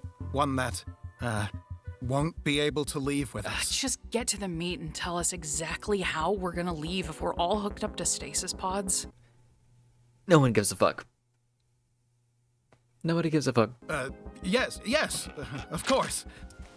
So, I did some digging, and I discovered that the stasis pods and the virtual world are both run in the same program. So, theoretically, if we were to access the master console hidden deep within Kane's office, we could terminate it and forcibly awaken everyone who's hooked up. In Kane's office, we could terminate it and forcibly Was it here? And the circus lobbies and the virtual.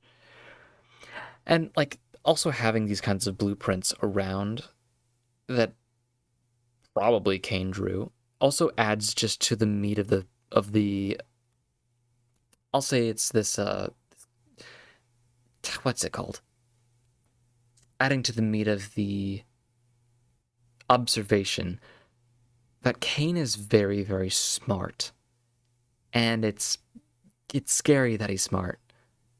And it's also such a tragedy that he is. Yes, old CNA. One is Kinger. One looks to be Kaufmo down there.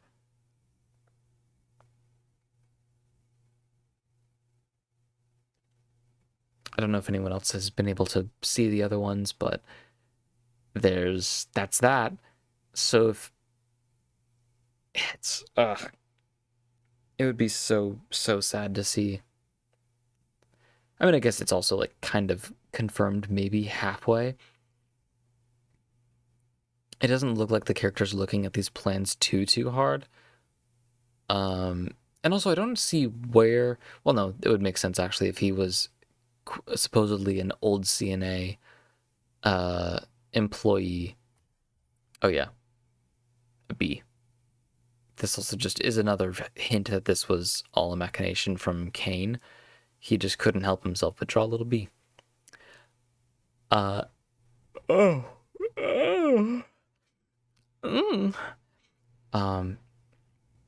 Yeah. Again, more sympathy points. How do we get into Kane's office? We'll need to steal the key from Kane, and we'll also need administrator privileges. I believe you're good at obtaining keys?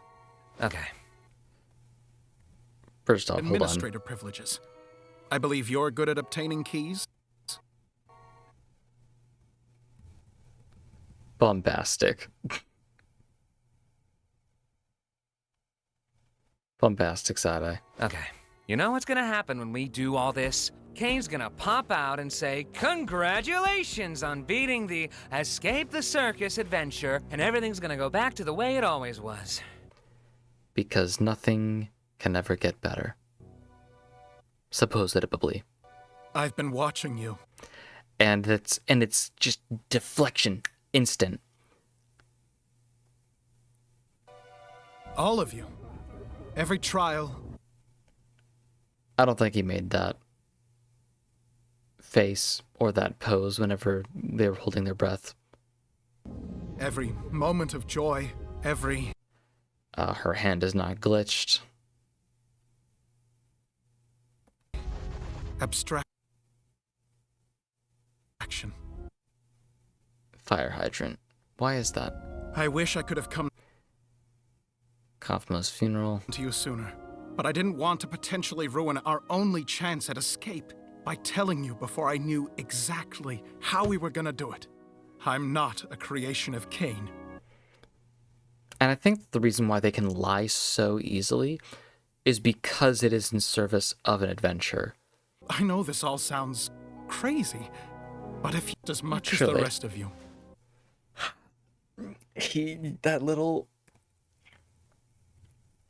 It's that disbelief, and not even like you haven't suffered as much as me because you're not real. It's that disbelief in the sense of no one makes me suffer more than I could.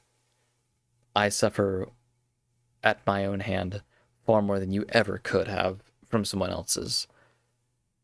And that's kind of the bad deal with these kinds of mental illnesses. It's just it's rough. I know this all sounds Super downplaying it, but you know. crazy, but if you follow me, you will see freedom. I'll also draw a face on myself, so you can tell me apart from any other blank NPCs. And that maybe brings a little bit more trust in, but even then, like, it's just role play and trying to get them to buy something more so than anything else. The accusation, again, it was, hey, I'm predicting this thing, all this. I'm just doing this, I'm saying this is exactly what's going to happen, and it is what happens. The response is, I've been watching you, I know your pain, I have the same, we are the same, please believe me. I will do something that isn't even necessarily like a sacrifice on my end. It's not even anything that's going to particularly do anything good for me or bad for me. I'm just doing something in hopes that you will stop thinking about how none of this makes sense. Oh, what should we call you? Do you have a name? I do. My name is Abel. And, like, it's so dramatic. And that's the thing, that's one of the tells. If something is just very dramatic and it feels a little over the top, unless if it's genuinely how someone's personality is, which this guy, since we know that he's an NPC, like, it's hard, it would be hard to tell. But even then, looking at this and how he's just he's trying to sell the idea that he's the opposite of Cain, when in fact he's the same. And saying, and like having this like name as a big reveal, a big drop, instead of just saying, oh, I've named myself Abel because I want to, say that I'm different from him. He says, like, is that the name you picked? Or... Yeah, I thought it would be cool. That'd be cool. Like Cain, because I like him. I think he's cool. I like Cain. You should like him. Hey, don't leave him. He'll be lonely. But anyway, first things first. We need to get that key.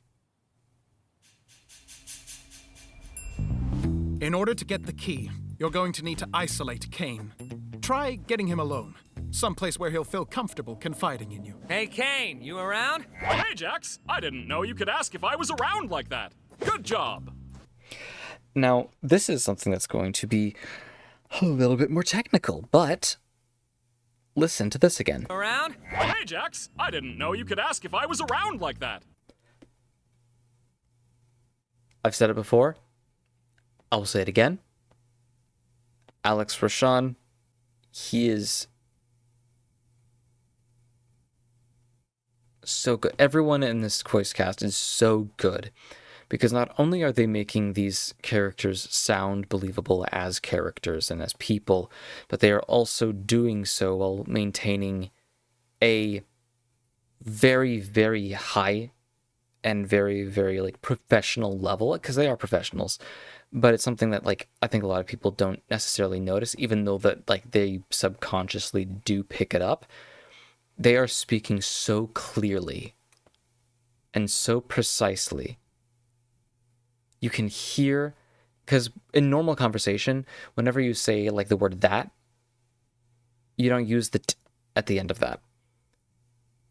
I just didn't do it right then. But if you're a trained professional, you know that even whenever you're trying to make like characters sound a certain way, if you're trying to like get them to sell them as being like a little bit more loosey-goosey or whatever, you still need to be understandable. If you want to do a really good job, you have to be understandable while you're also doing the voice. And Alex's Kane is, and in another scene we're also going to see one from Ragatha, where like you just hear the enunciation, you hear the specificity of how they say the words, and you know what they're saying, even if you don't have subtitles on, because it makes it that much better of an experience when you don't have to think about reading what they're saying. You know? Good job! Good job. That little, like, burst of it. Hey, Jax! I didn't know you could ask if I was around like that. Good job! Just like right at the end of that. You don't notice it at first. But now, maybe you will on other things. You wanna get dinner together? Gasp! A human wanting to hang out with me? How could I possibly turn down such an offer? So, where you wanna... Whoa! So, Jax, what you wanna talk about, friendo? And it's not always in every take, but it's worth keeping an ear out for, just because it's, I don't know, it's always very fun to see like how these voice actors are able to make these characters sound so natural while also being very, very deliberate with how they say things. Because everything is a choice. It's either a choice or it is muscle memory that you learn, or it is an intention. Wait, Jax! I wanted to ask you about the adventures. What do you think I should do to make them more appealing to the Zooble and the Pomni? I think we should figure out what to order first. Conversation can happen after we've loaded up on digital nutrients. Then you're going to want to ask him about his hobbies. Odds are he'll get so excited that you care about him, he'll freeze up, and you'll be able to grab the key from inside his mouth. Inside where? What are your thoughts on cedar smoked salmon? I cedar smoked salmon, but I hardly knowed her smoked salmon. Do you have any secret hobbies? Secret hobbies? It's sad. It really is sad. Kane is such a, like, if Jax is a little lonely, Kane is the loneliest little bugger in the world, because not only is he maybe responsible for everybody like losing their minds and like abstracting, and he still doesn't even know it, but nobody ever wants to be close with him because they, in one way or another, see him as a captor more than anything, or they see him as just somebody that's like, that does a lot of the work and does a lot of the adventure making, but they don't really think, because he is a program, they don't think that he has much of an interiority. And this goes back to the Chinese room question. Did he do that because he made fun of it? Because of course he's alive, and of course he's a thinking, like, living being. He's just a big old brain in a computer. Or is he something that even wants to try to attain any semblance of sentience? And he's so close, but he is so far because he's not organic, even though he tries to make himself look it. I don't know. He's obviously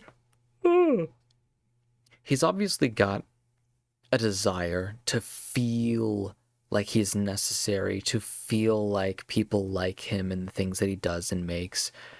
But he also doesn't have much room to compromise. He doesn't want anything to be low-key.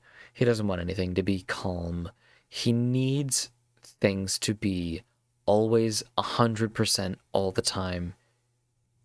And doing so isolates some of the players. And it's bad to see, but like, he's not listening to them.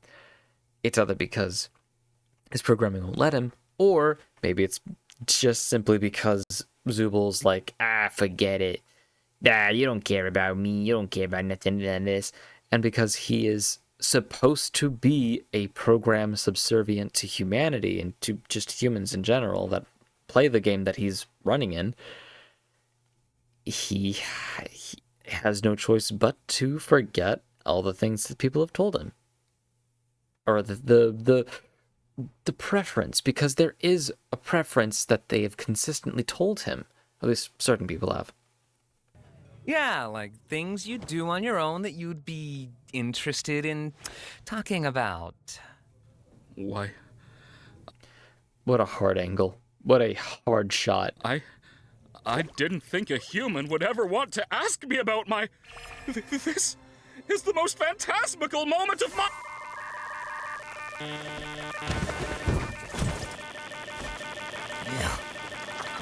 That's just normal blue screen, by the way. What you doing there, Jax?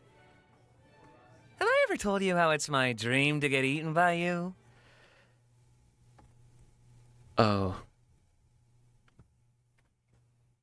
This is a wonderful conversation topic. There's so much to be said here. So much. The first layer is the first layer that I immediately thought of. And it's that, not even from like a first thoughts perspective, but from like how the mind of Jackson, what he's doing here. Kane doesn't have much of a personal space sort of boundary. Whenever he's, around other people, or whenever right now someone's entire fucking arm is in his mouth, he's just kind of curious as to why they're even doing that. But he's not he isn't uncomfortable about it, because I don't think that he has been programmed or has any capacity to feel uncomfortable at things that people do to him, because he tries to make it so that everybody is as active as possible or as entertained. That's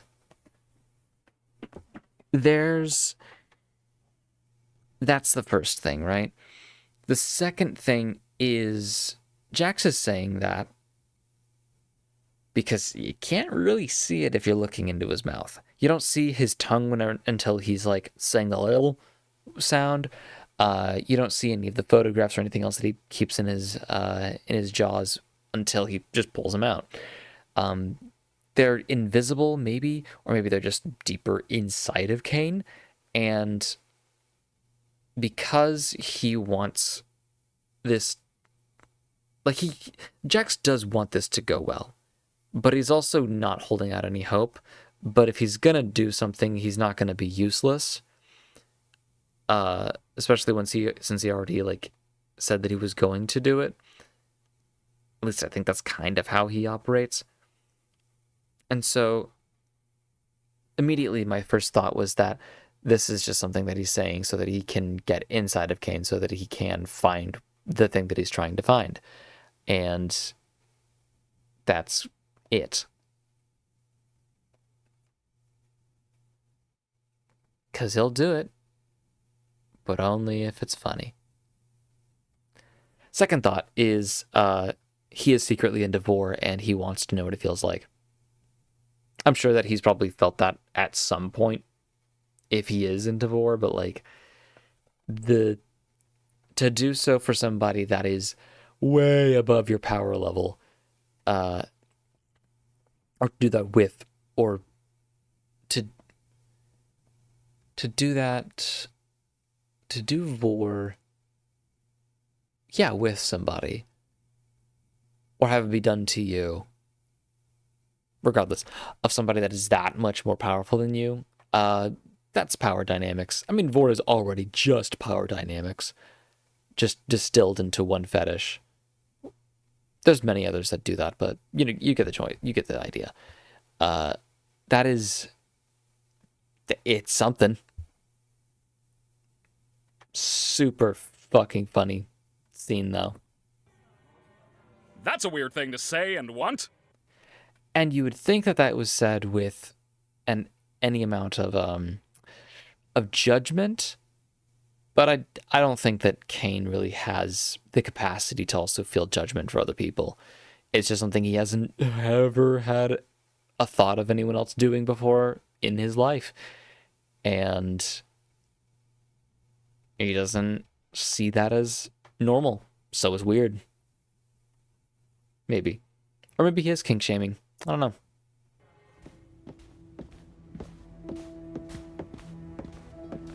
Do you really believe it?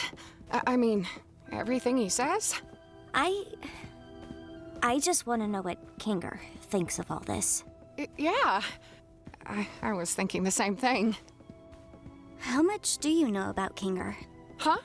Oh, I probably know about as much as everybody else, but he's also helped me through some of my hardest times here. Is it weird to say I trust him the most out of everybody? No, that's not weird at all. I had a similar experience, and I think he might know more about this place than he lets on. Yeah, he has been here longer than anyone else. And I don't know, I think it's kind of strange that Abel isn't interested in him at all. Amazing Digital Circus, it doesn't pass the Bechdel test. Garbage show, 0 out of 10, and literally unwatchable. Cannot watch this. It is too Neanderthalic for me. No, not possible. No, I can't watch it. This is one of two scenes that I do find very strange. You've got two characters that have both had good interactions with Kinger, but this interaction feels just a little bit, this and the other one that they have when they're talking about him, it feels a little bit forced, I would say. I don't know why. Maybe other people just see it as innocuous and they don't think it's weird at all. But for something, for a show that's like so thought-provoking, so full of mystery, so full of just everything, that this we've got two conversations between these lovely gals, and their only topic of conversation is Kinger, another man. It's a little weird. It just doesn't feel like it flows, or it doesn't feel like it's supernatural. Very natural, at least. I mean, maybe this is supernatural, who's to say? But no, yeah, it's I don't know, it's weird. And I'm back. It's been instant for you, but I've come into a new year. There's a new me. You can't see it yet, but it's there. Oh, it's there. And I am so scared. Not from anything in this show, though. I mean, there's nothing that, in fiction could scare me, but I am terrified just generally for things and reasons and stuff. That fear will go away soon enough, though. Soon enough. Let's continue watching, though. I was saying that it's weird how they're just focusing so heavily on Kinger, especially between Pomni and Ragatha. Just in this one episode, why they're like just talking about him so much, it doesn't come off as super like organic. And that's the thing too, is that there's a lot to talk about with him, but I don't know. I think that's just my vibe. That's just my vibe read. And anyways, any Hausen. Things between us are complicated. I would love to be able to work alongside him again, and you're right to think he has knowledge about this place. It's just, I made a promise. How much of that was the truth and how much of that was a lie? Because we know, like, it's pretty much confirmed that Kinger worked on the circus, but how much does he know? Because you can do a lot, and I guess, like, when it comes to writing plots, you need to have a guy who's, like, the expert, especially in a thing like this. That way that the audience can get more information about what's going on. They can get a little bit of closure. They can get to understand, like, how it works, how all of this was set up. But how much does Kinger know? There's so many questions.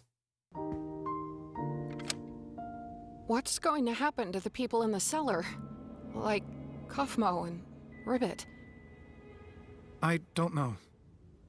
But let's hope for the best, right? This also is a pretty interesting look into Ragatha's character, because we know that she's always, like, very, very nice. She's always trying to be there for people, trying to make them feel good, trying to get them to not, just be so down in the dumps. And it also speaks to how these people that are trapped here still, at least she does, still see those that abstracted as people still, which might be a little naive. Because if we're looking at abstraction from, like, the perspective of it being a death of sorts, in the sense that it's the entirety of someone's personality, their thoughts, their ideals, everything that makes them them, coming to a zero, or coming to, like, the lowest common denominator, or, like, having a sort of mental implosion of sorts, or maybe explosion. I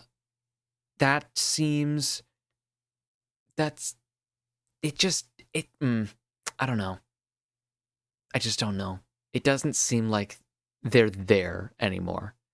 We saw that there was a glimpse of something with Kinger's wife, and we'll see that in episode 3. But I also don't even think that that's necessarily because, she was still in there. I think it's just because dark places, when you're looking at like human psychology and also, like, medicine, whenever you get a concussion, for example, you need to use the least amount of brain power possible, and that means cutting off as many senses as possible. So if you can get to a place after you've, hit your head real bad, if you can get to a place that is comfortable and is dark and is quiet, that means that your visual cortex is no longer looking at anything that's trying to process anything, and that your ears aren't having to listen to anything and having to process that as well. Because the more, like, activity that there is the less well that you'll be able to recover from that that concussion. And so at least that's how I'm pretty sure it works. I know that whenever you do have a concussion, you do need to be somewhere that you can just stay in and not look at anything and not hear anything. That's like something that I do know that medical professionals say to do, but yeah, it's strange. And so if we're going to put human psychology into this and the medicine of minds, cranial medicine, sure, neuro, whatever, then it would make the most sense if, like, you're inside of a little pillow fort with a abstracted human, that they're not going to be all that aggressive because there's not so much stimulus and there's not much for them to look at. Because whenever we did see Kaufmo go around and beating things up, it was because they were things that it could see and hear that were just causing it to act on instinct. So I think that's where I'm coming from. That's where I think this is all about. And so it's really interesting to see that Ragatha still sees them as people and not something else.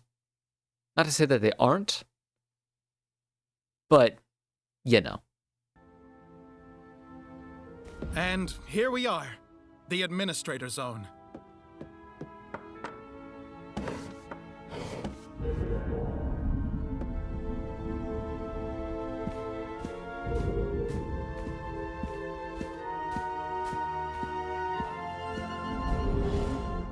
Like I was saying, this Macroverse place really intrigues me.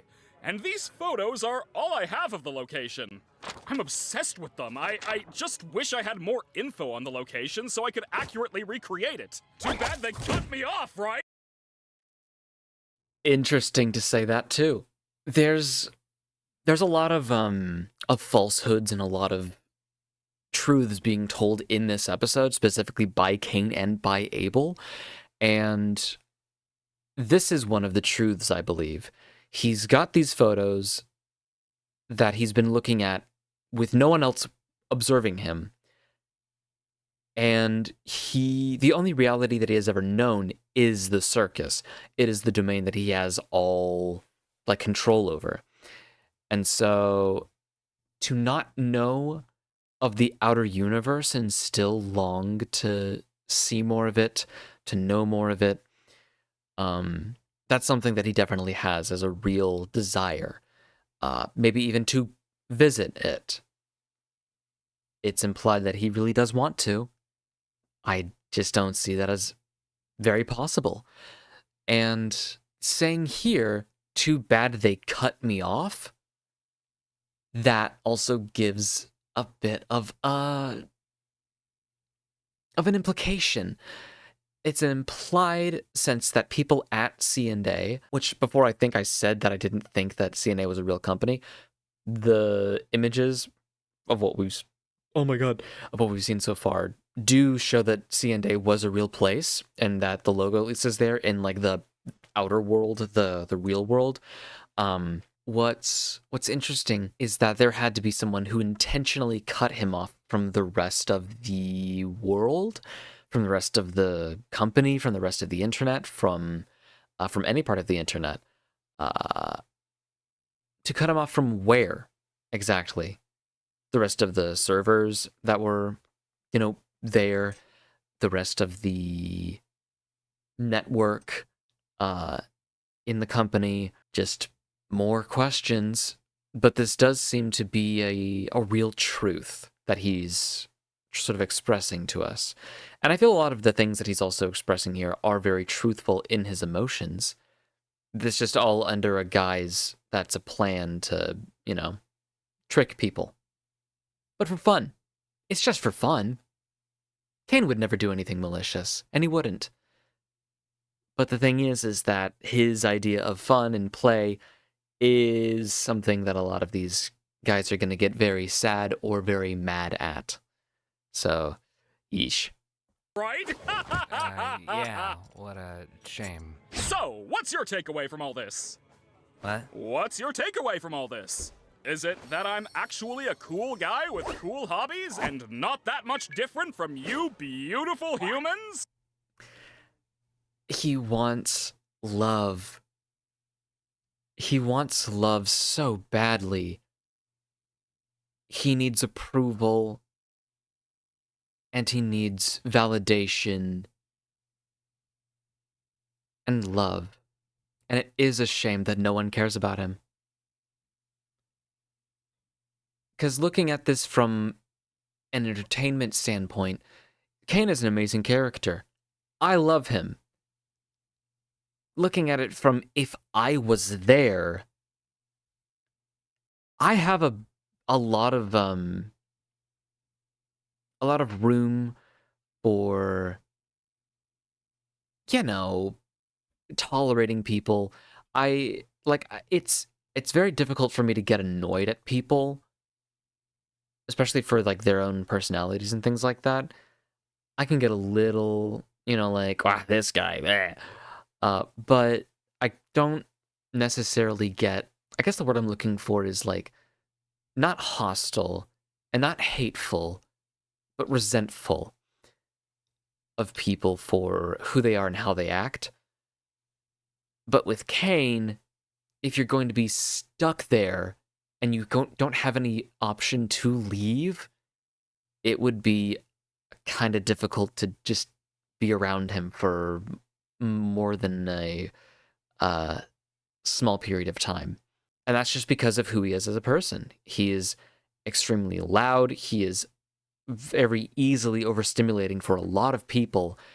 And he constantly needs people to say, yes, you're awesome. Yes, you're cool. Yes, I love you. Yes, you are good. You are a guy. You can exist in a space. You are a guy. You are able to tell people things that are true. You are a guy. You are able to be accepting of love. You are a guy. Like that whole thing. He is just obnoxious through no fault of his own, but he is very obnoxious. And his approval and his want to even become human it's sad. And I really hope that they collectively all get a good ending. And I think more than anything, I hope that Kane gets wise. He's smart, but I need him to gain a lot of wisdom just for the sake of everyone else and also for himself. Sure. Wowee! I'm so glad we understand each other a little more. I really am trying my best to make you guys happy, and being appreciated for that just makes me want to... And he really does. He really does care. He really does.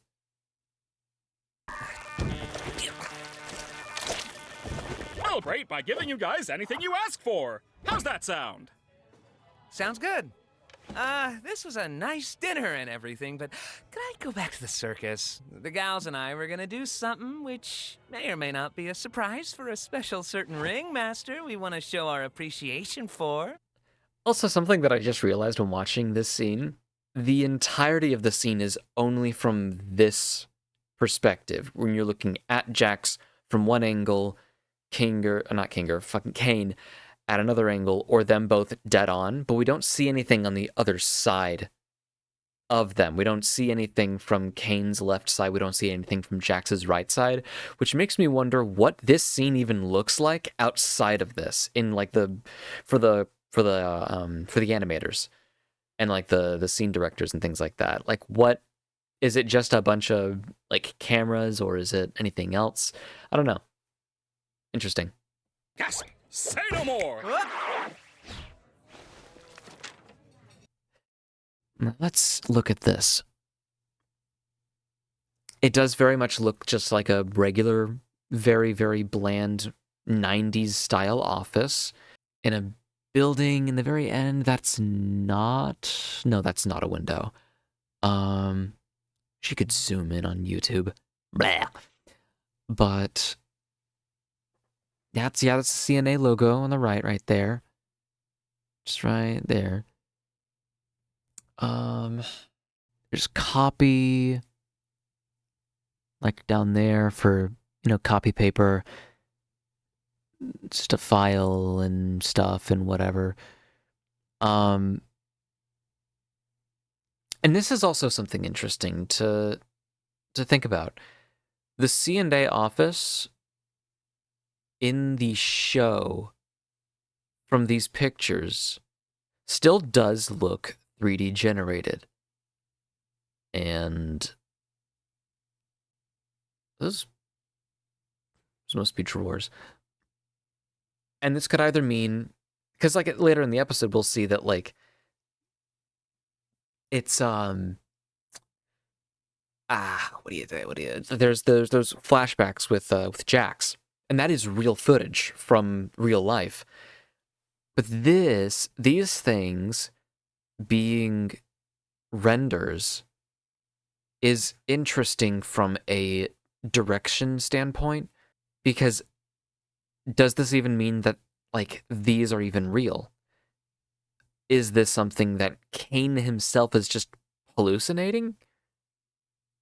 Because if they wanted to, they very easily could have just gone to an abandoned office building or gone to an office building, got the rights to, on one of the weekends when nobody's working, there's some papers on the floor somewhere, put some props somewhere, put the CNA logo on different places, and then just, take a picture, take a few pictures, and then, bada bing, bada boom, Bob's your uncle, you are all good to go.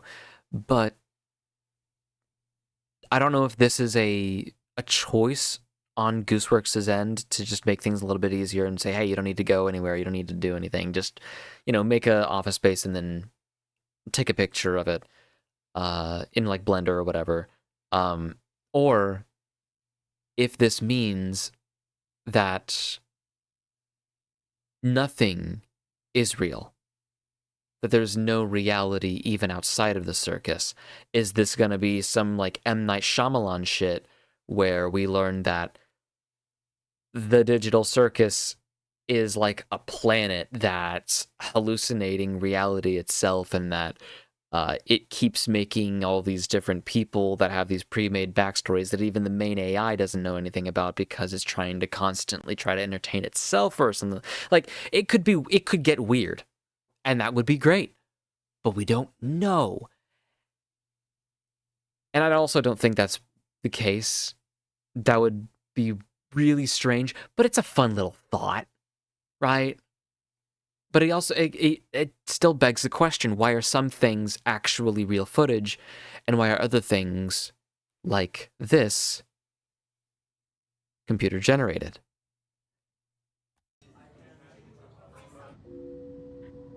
How long is Jax gonna take? I feel like we've been standing here for hours. Should we tell Kinger what's happening? I feel bad not including him in any of this. We're supposed to follow Abel's instructions. Supposed to follow Abel's instructions. And his instructions, again, are that we should explicitly not let Kinger in on anything.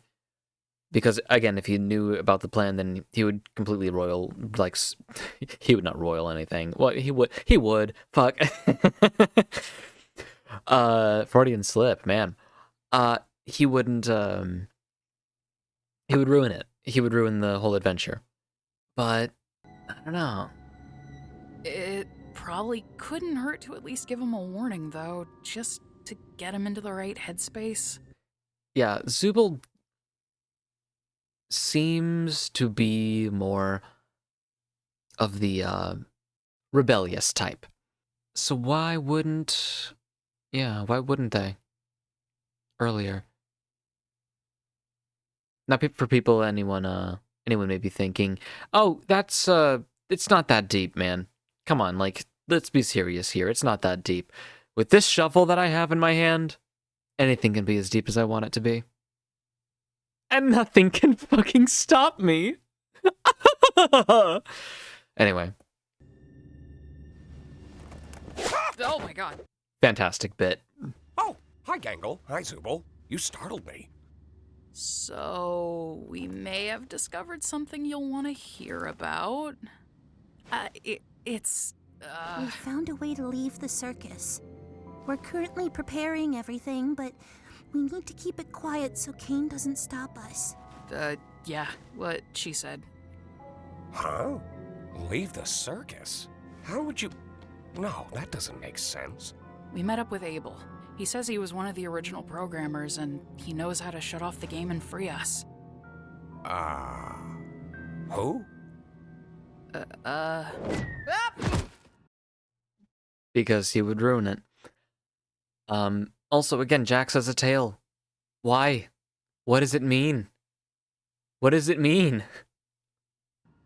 We'll continue this conversation later. Just thought I'd give you a heads up. And I just, I want more things to be asked. I want Kinger to say, no, what do you actually mean? What are you talking about, Zubul? There's no possible way for us to escape. This is all that we are. We are just programs of our old selves. And then, you know, Zubul would be like, are you telling me that we're just copies of people who just visited here? And then Kinger would be like, yeah, I actually programmed one of the things. And then Zubul would then immediately abstract. And it would be very tragic, but, you know. Yeah, maybe it's for the best, actually, that Kinger doesn't say anything. And again, it's just the theory that I agree with the most. I am never doing anything for you guys ever again. Buddy boy, you're such a fake. I don't give a fucker. It's painful. Where's Kane? Worry not, my dear damsel. I think I stopped him from checking up on us for a while, so no need for your distraction anymore. You're welcome. In other words, you just made us have to wait longer to do our job. Also, don't call me that. Yeah, don't call whatever Zubul is a damsel. They are clearly stranger than that. What's the rush? You got someone waiting for you outside? Don't you? Yeah. And that's a moment where he says something, and then it's said back to him, and he just can't take it. He can give, but he cannot take fucking nothing. What a bitch. Love him. Isolated from a wall that he makes. Right there. That is in the camera shot. Right there. Bam. Cinematography 101, baby. Hey, it's PlayStation 2. That's what it sounded like to me.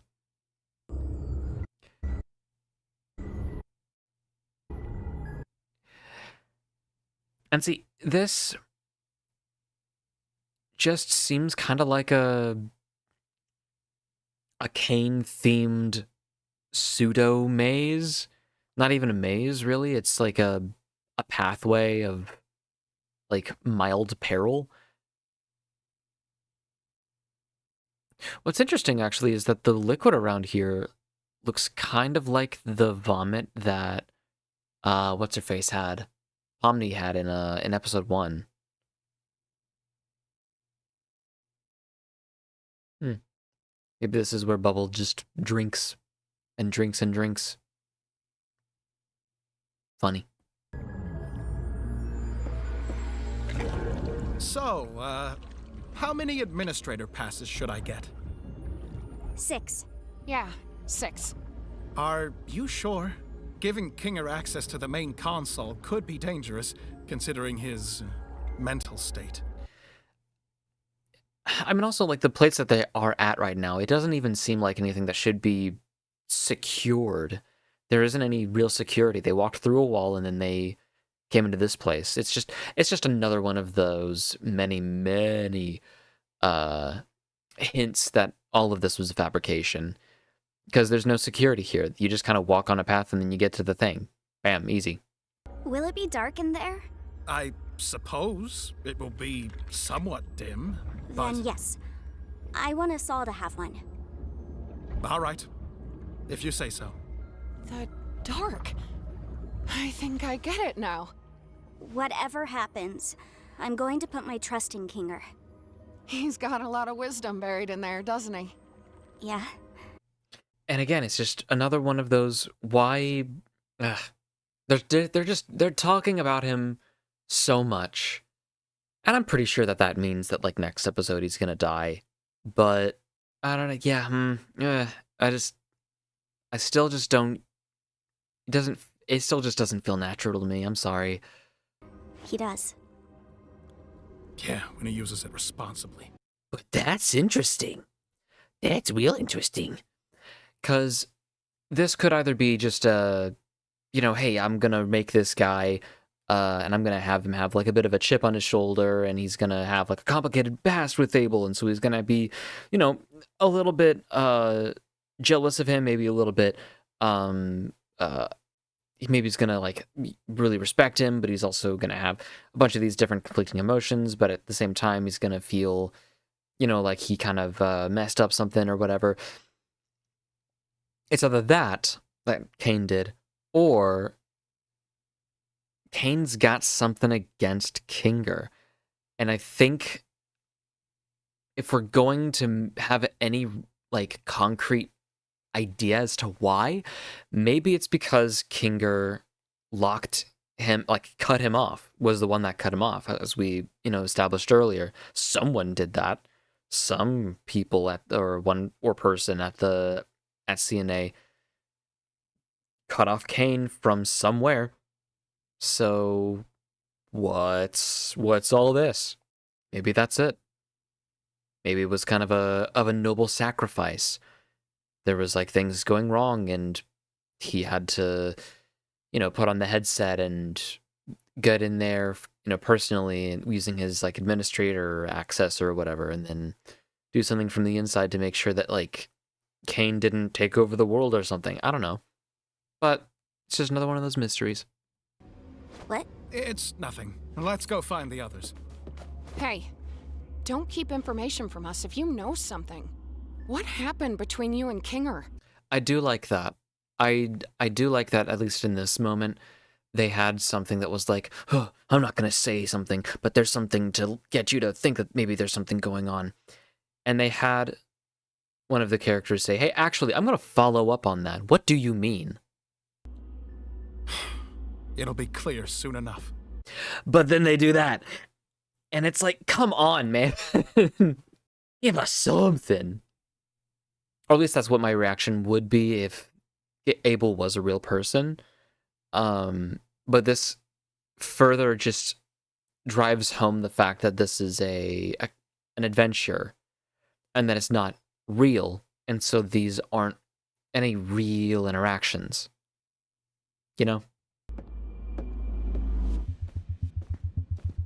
So, did you distract Kane? I took care of that. He thinks he took care of that, but we really have no way of knowing. Such little faith in me. Goodness. Yeah, that's real. That's speaking of real, that is real annoyance. Because he puts on a bit of a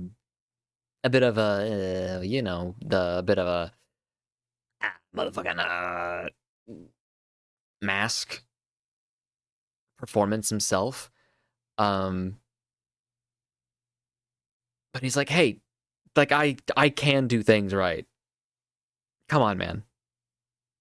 I just did everything that you guys were going to do, and I did my job. So that's a little bit of real annoyance from him, but I think that's all we're gonna get. I don't know if we're gonna see any real, like, actual genuine stuff coming from him. Because I feel like Jax is not supposed to be a character that has a redemption. He's supposed to be a cautionary tale. Oh, maybe that's why he's got a tail, because it's a cautionary. That'd be funny. Mostly just because like there's not been a bunch of build up for any redemption. And if we're going to have a redemption, it should be over a few episodes at least. We've only got 2 left. So that's just... That's what I think is going to happen. I think we're going to find out what's going on with him. I think we're going to find out what his whole deal is and how he got here and all that. But I think that because he's so irony poisoned and he's so incapable of genuine feelings after being here so long and sort of trying to become part of the machine and not trying to hold on to his humanity, that he loses it and he then, abstracts and all hell breaks loose and, the sky splits open and it's raining flaming shit or something like that. I don't know. But that's what I think is going to happen. That's what's going to happen. It's still, no, it still just doesn't, in my mind, it doesn't seem like he's the type to have a redemption arc. He's supposed to be someone that you're not supposed to be. Oh, I wonder why. If this whole thing gets messed up because of you, I swear to God. Haha. Yeah, let's just all follow Mr. Obvious Twist Villain instead. Now wait, hold on. You think... Let's all just calm down and be a team here. Pomni's got administrator passes for everyone. We're all in this together. People pleaser. Bleh. Bleh. Grow a spine. Grow a spine. I mean that sarcastically. But Ragatha's big flaw is that she does try to make everybody as placated as possible, when having real discussions would be a lot better. But also the thing about that is also too many arguments and too long of arguments will not let us see the plot. So you got to get somebody to ring in and help things, keep chug along. And I think that also is what she serves as well. Say, hey, let's get back on track. Come on, guys, we can do this. But it's still, it's, I don't know. As a person, I do like her. And also as a character, I do like her. But there is something that exists as being too much of a people pleaser and someone that does not take care of themselves, and that's very much her thing. That's kind of her own trauma response, which sucks. But maybe she'll grow from this. I don't know.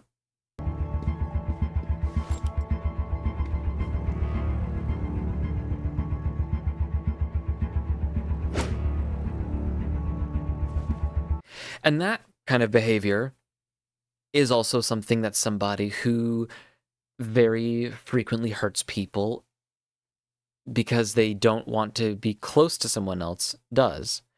They'll have a real bad fight with somebody, and even after doing so, and even knowing that the other person knows that they know that they were in the wrong, they're not going to do anything to feel or at least seem remorseful, because it's so much easier to have people hate you and not get close to you so that you can't hurt them more than it is to say, okay, I'm going to try better, I'm going to do better, and then fuck up again, and then hurt them even more and have them trust you less. It's just a part of human psychology, and he's doing it. He's doing that thing. Doesn't mean that he doesn't suck, though. Fuck that guy. Why do they look like that?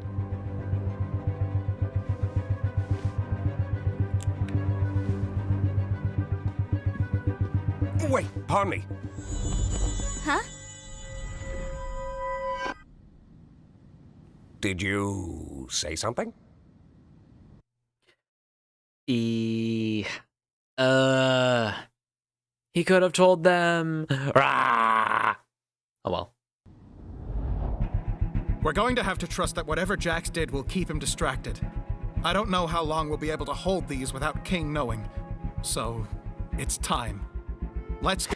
Then again, actually, this episode, he's not been super smiley. He hasn't had that, like...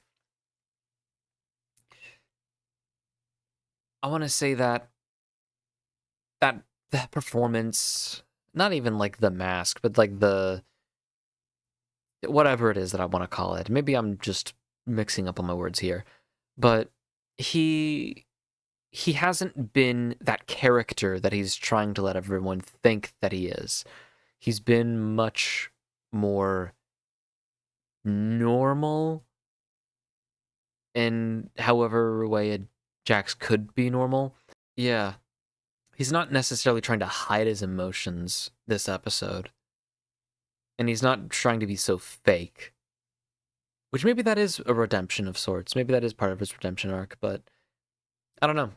I feel like if Goose really wanted to hurt us, then he definitely would not have any redemption. Or maybe he'd get close to redemption and then he would, do something else and then he'd be like, oh fuck, and then explode and abstract.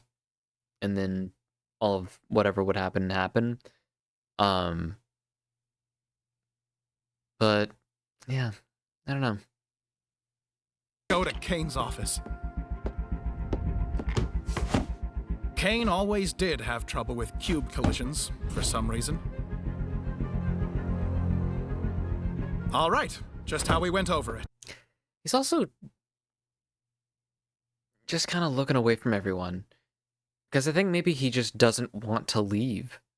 Like, I know that we know that he doesn't like it here, but I think that he also doesn't want to leave at all under any circumstance because the real world, in my opinion at least, is worse than the circus.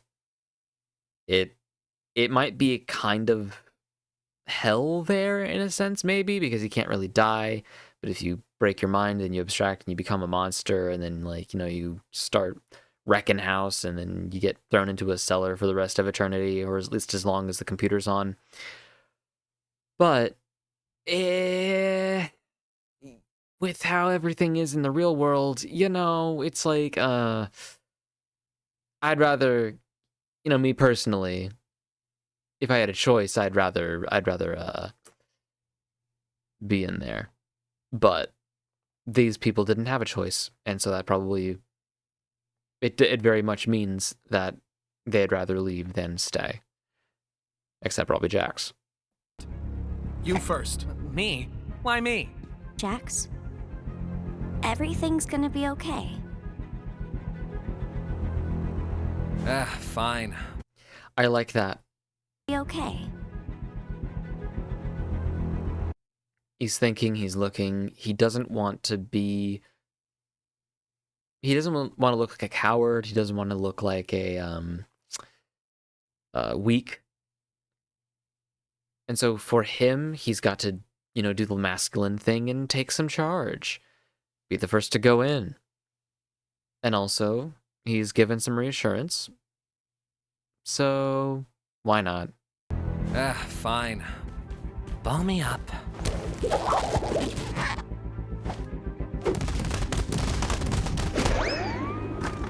Oh, like basketball.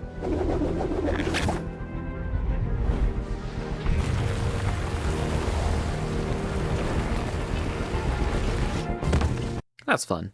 That's just a fun little slide. I like it.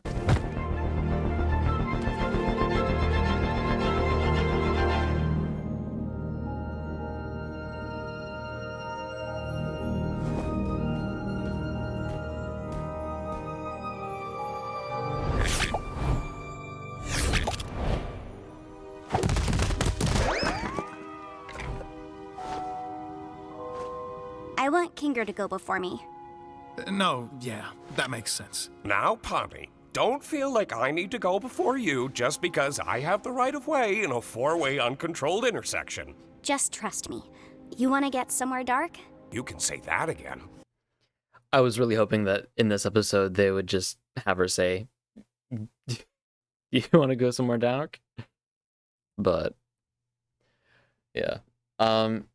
this was also a good thing for the writing point. For the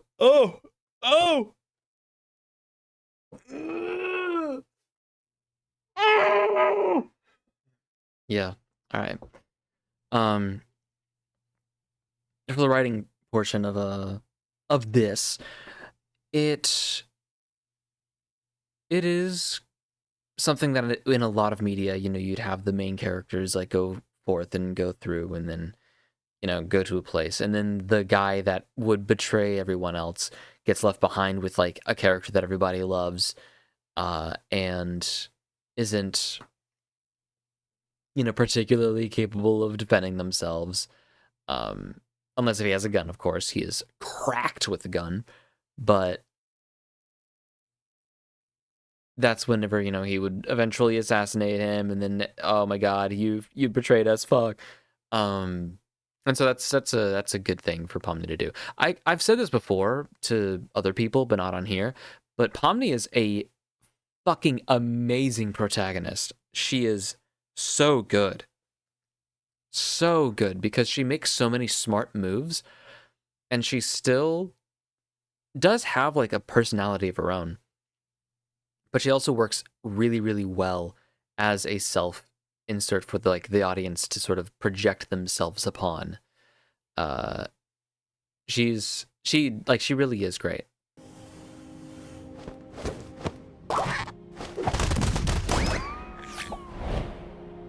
So, how are you getting up? I'm not, but I trust all of you to make the right choice. When we all get out, I'll buy you a beer. And that's also a really good thing writing-wise. There's like so much of the circus is very like kid-friendly. Even, the guests, quote unquote, here can't curse. No cuss words allowed. Both because it's a YouTube series and YouTube thinks that everybody is a fucking toddler, because they have to bend to the knee of our fucking advertising overlords, but also because it's supposed to emulate the games that used to exist for kids in like the early 2000s, late 90s, online. And so either online or, in on like just a computer or whatever. And so, yeah, it's so good. Like when she says, "I'll buy you a beer," that still reminds us that she's 25 years old, man. She is she's got a maturity to her. She's a grown-ass woman, drinks beer, as celebration, maybe it's just a casual thing. Maybe Pomni was an alcoholic. Who's to say? But that still means that she was an adult who did adult things. Just like how Zubul was an adult who wants sex. There's a lot of people that are like that. Most of those people are the reason why we're here in the first place. So, power to the perverts. But it's just, I don't know. I think it's a good addition for her to say that. It's a small thing, but I still think it's very important. Make the right choice. And also that, like, if anything else would have not tipped you off, that absolutely should have tipped you off that, like, Abel is not a real person, that he's just an AI, and that this is all going to be an adventure or something that, like, Cain made up just for whatever reason, before we even realize why he did it.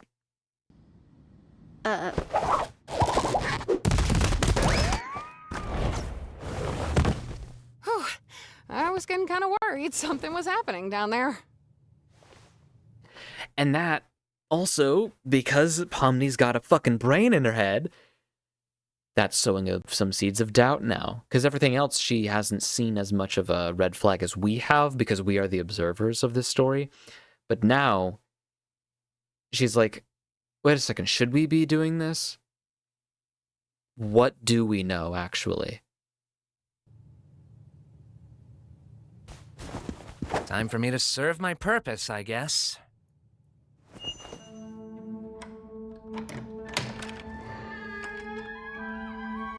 I like the doors.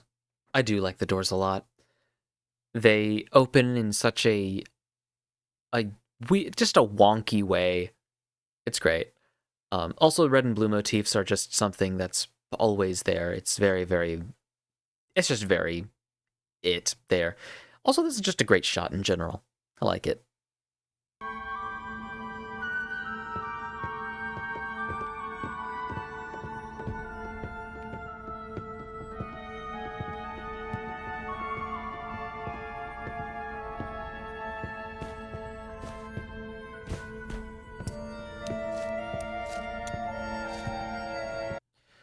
This is something that I also don't see many people talking about.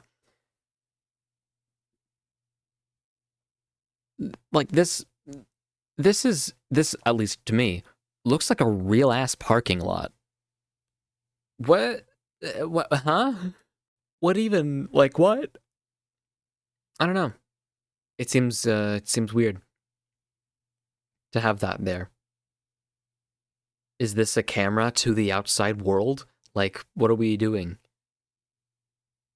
It just, I don't know. Maybe to other people it doesn't look so photorealistic, but like, it really does to me.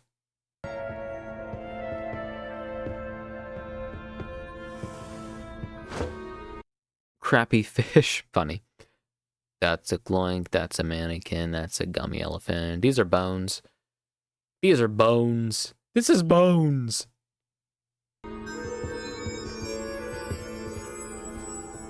Abel said the door to the main console was behind the bookshelf.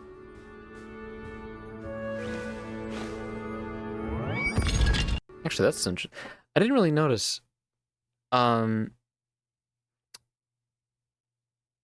Is that? Hold on. That's 1, 2, 3. That's either a Merkaba or something with extra points that a Merkaba doesn't have, which is an interesting geometric shape. Super interesting.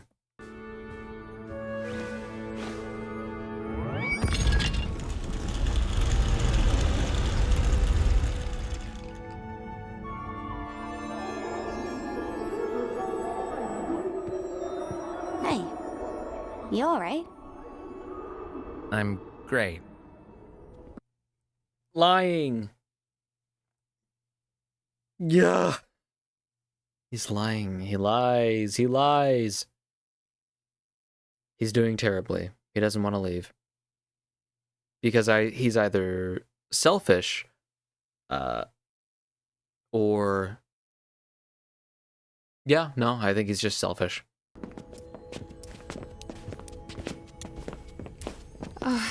I guess this is it. Another great shot. Yeah. We're leaving the circus.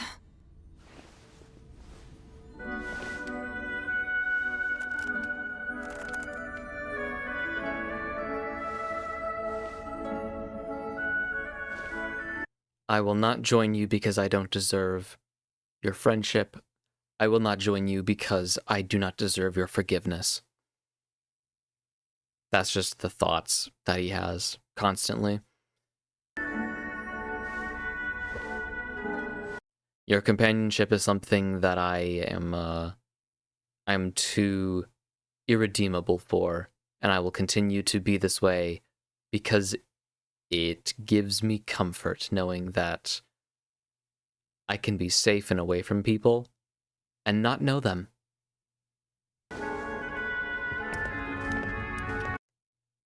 Because then I wouldn't have anyone else that I could permanently push away if they never get close to me.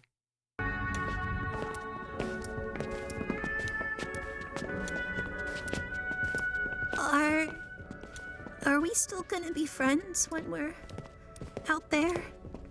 Why wouldn't we be? It's just gonna be strange. I've only known you like this. Will it be the same when it's real? It always was real.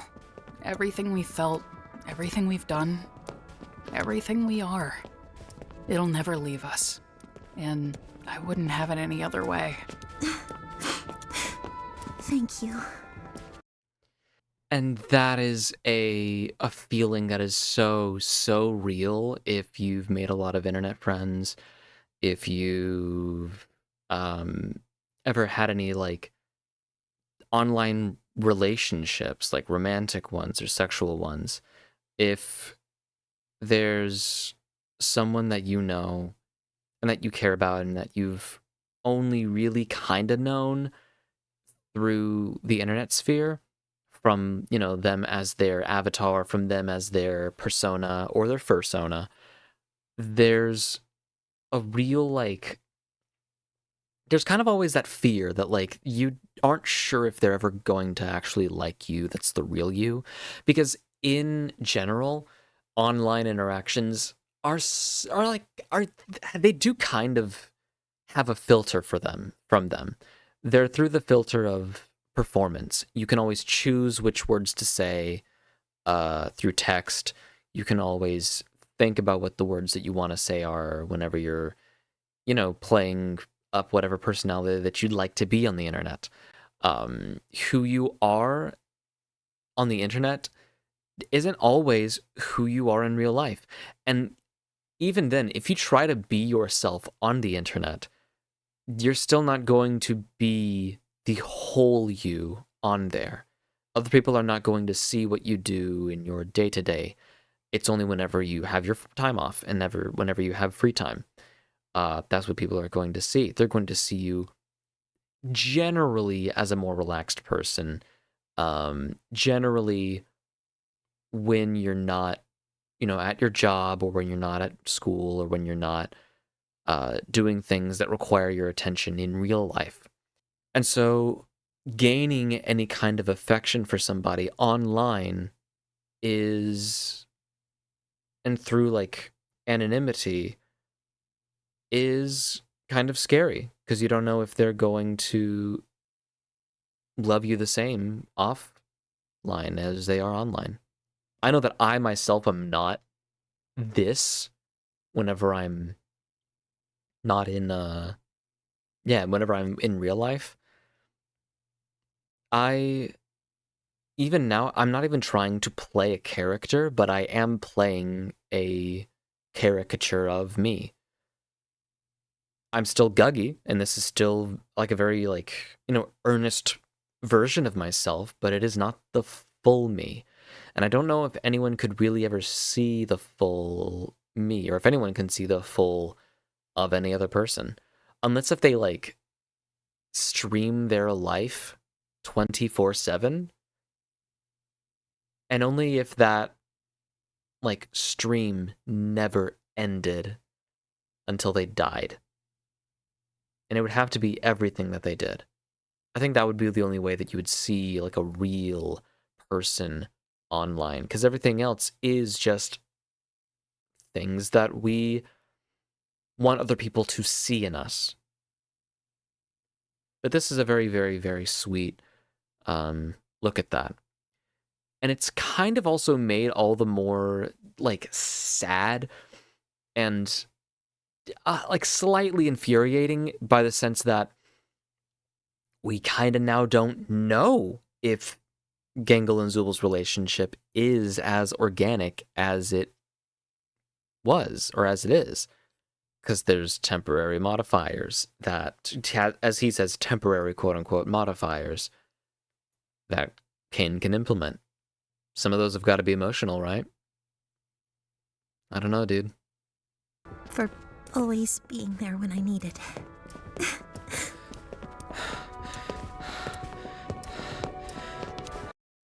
And the thought of him leaving is scary. Maybe it's just because he doesn't like change.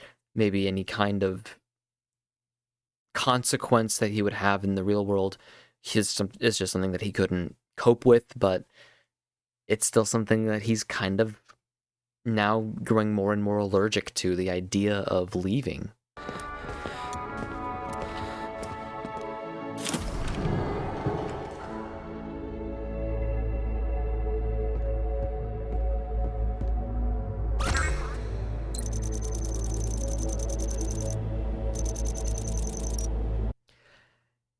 The red button will close the console and keep all players inside the circus. The blue button will end the game and disconnect all players. It does not say that the blue button will end the circus. It will just end the game. What game? Disconnect all players. Disconnect from where? Again, this is all like fake, but even still, the wording is just weird. It's weird and ambiguous.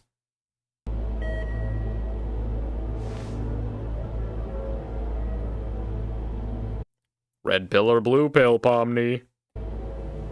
Kinger, do you want to make the choice? The choice of what? Are you sure he's all the way here? Hey, yeah, wait.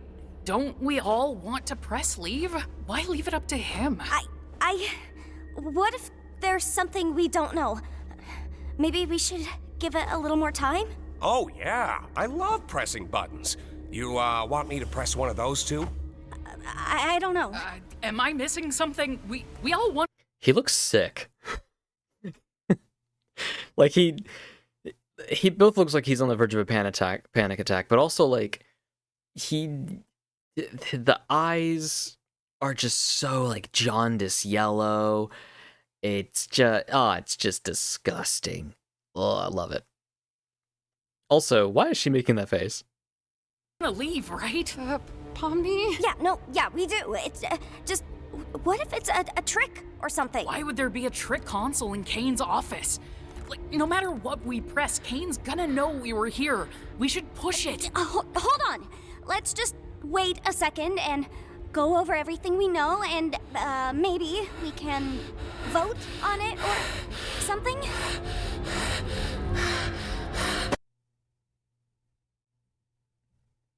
Oh, I was so close. I was like 3 frames off.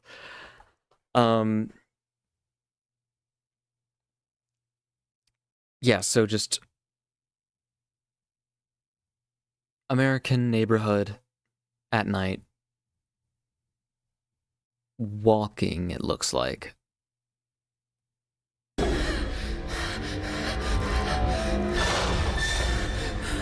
The same neighborhood, and then a road.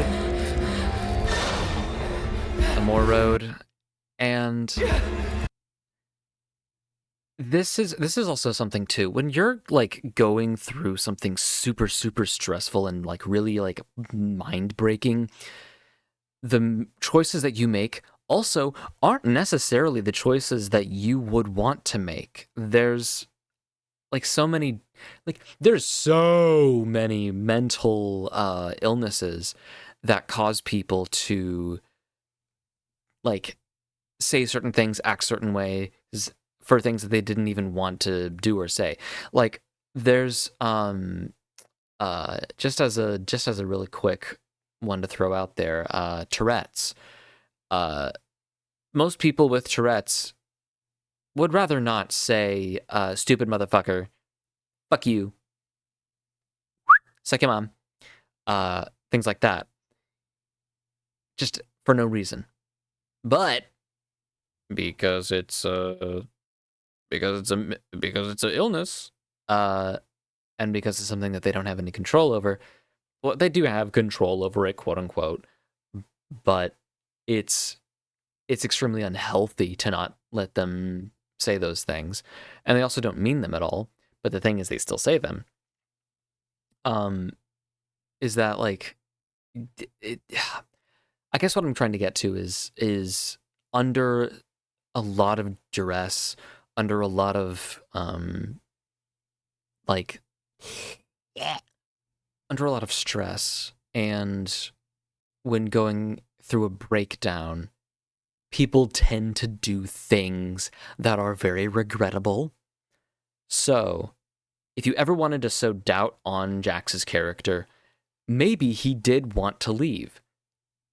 There's not a lot supporting that, but doing something like this while he's still, undergoing some kind of panic episode, is regrettable. and you could say that he wouldn't mean to do it. It's just how you react to things is just it's weird.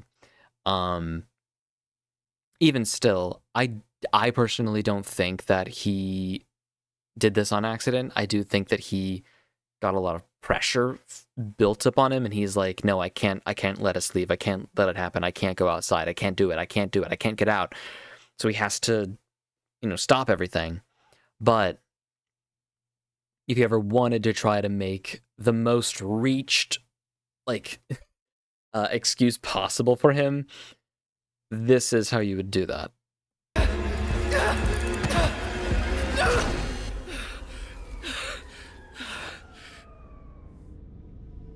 What did you just do? I...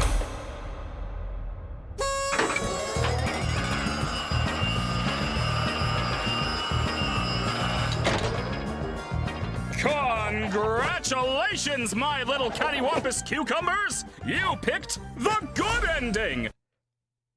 Fucking sick. You are sick in the head, Kane. You are sick in the fucking head. Oh man, this is that like if there was a worse thing to do than stopping everybody from leaving, this is it. Giving them so much false hope because you want to be called a good boy is so fucked up on so many levels. And episode 8 or 9, we've been saying this for 7 episodes, but someone's gotta abstract after this. There's no coming back from this. No one is coming back from this a better person. The funniest outcome from this is right after everyone sort of is getting back to their room, or after everyone's getting to the main circus and they're trying to calm down. After of course Zubul just starts beating the fuck out of Kane, is that a new person joins the circus and everyone hates them immediately because they don't know if they're real or not. That would be the funniest thing to do. But God, you suck, Kane. Oh, why are you like this? Where you realize you'd rather stay with me than go back to that pesky old macroverse or whatever we decide to call it. I knew you'd make just man. the right. Man. It's the disbelief and the shock and the yeah. choice. You mean this was all... An adventure, yes, and one I've been cooking up for a good long while. Great job playing your part, Abel. All in a good day's work. By the way, you think I could get a raise after that performance? Oh, you're getting too smart. Time to delete. This is also another showing of Kane being, again, intelligent, just not understanding. He can think, but he cannot know. And that's just funny. It's like some people are saying, oh, that's a reference to Scratch or whatever the dog one was. I don't think that's just a hot dog. I think it's just a dumbass hot dog JPEG that was a placeholder for his wife or whatever, who doesn't even exist. None of that was true. The CNA stuff, the pods, the way out. A fabrication of my incredible world-building skills. I was right?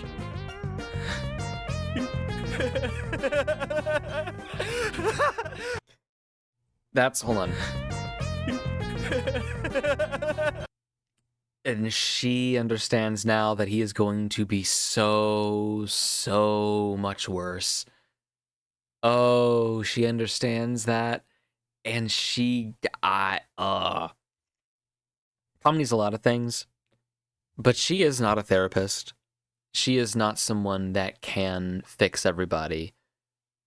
She is just herself, very resilient, very mentally stable, but she is still just one person. And I think that look from her is a look of real fear for what he's going to become before he perishes. It's like when you see somebody doing all of the wrong things in life and you cannot stop them because they are incapable of listening to others. It's a slow and torturous horror. But yeah. I can't believe I was right! What would have happened if we picked the other button? Oh, I didn't put too much thought into that one, cause I knew you'd never pick it. So I left that up to Bubble. I made it take you to Shrimp Town. Yeah, it was gonna take you to Shrimp Town.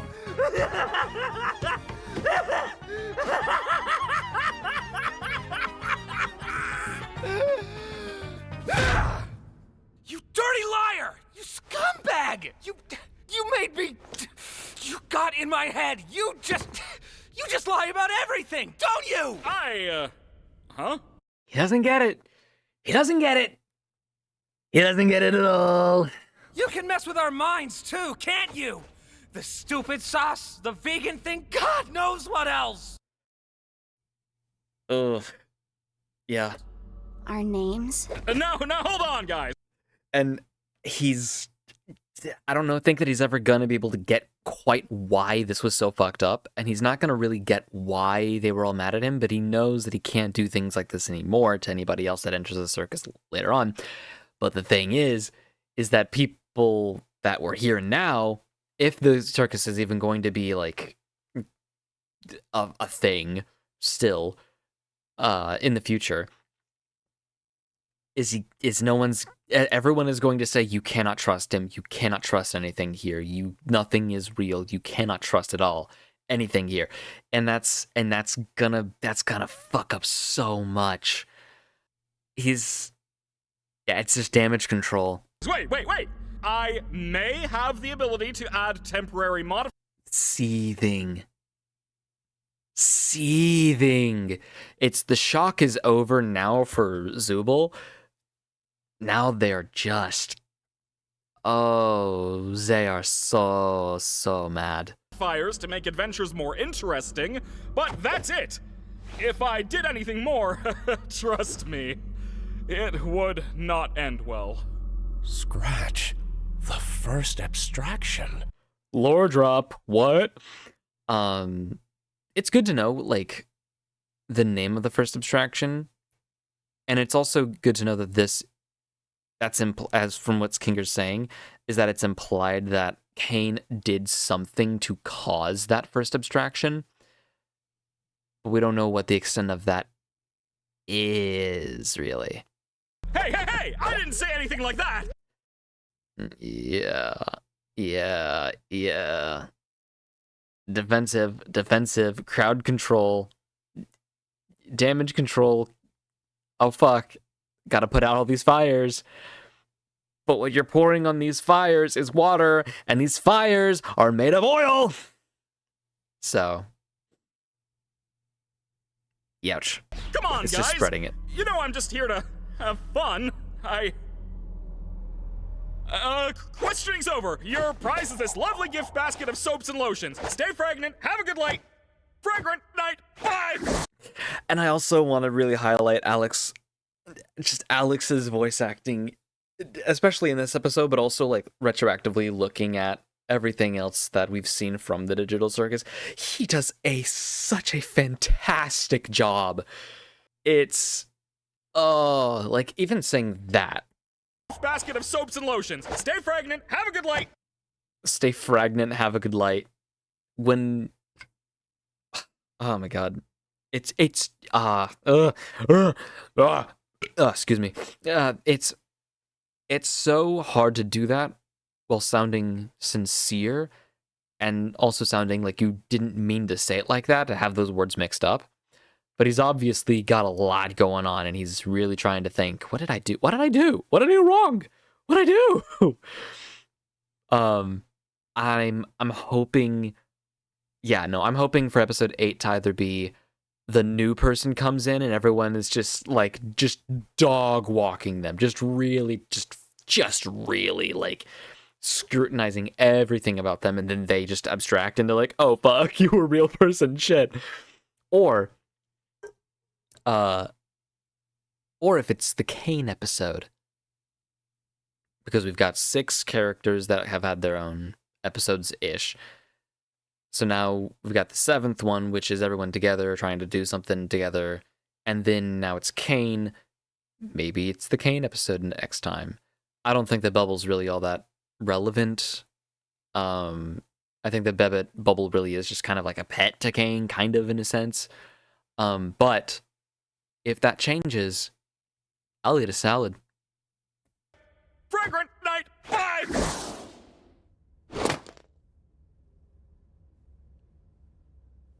And now they just have to sit with it. They just gotta sit with it now. Interesting also to note, Kinger's eyes go from the basket to everyone else.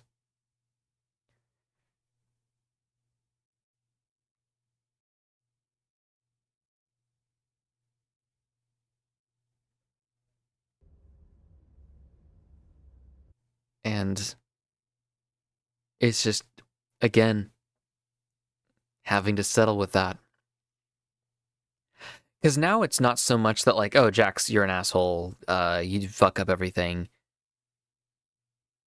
Now we know that, like, there's not just, like, you know, a guy that's making all of our lives worse. And maybe, like, him antagonizing everybody is, like, why people are abstracting, which, in reality, it's him just denying himself any humanity is what is causing this, like, ego death. But more so, it's Kane trying to be entertaining and just not hitting the mark in the most vague way of saying it, in the most, like, it's just sad. Hooray! Yeah. I saw a comparison of the credits from, like, the first episode to this episode, and there are so many more people that are working on this right now. Like, there are so many people that do all of this.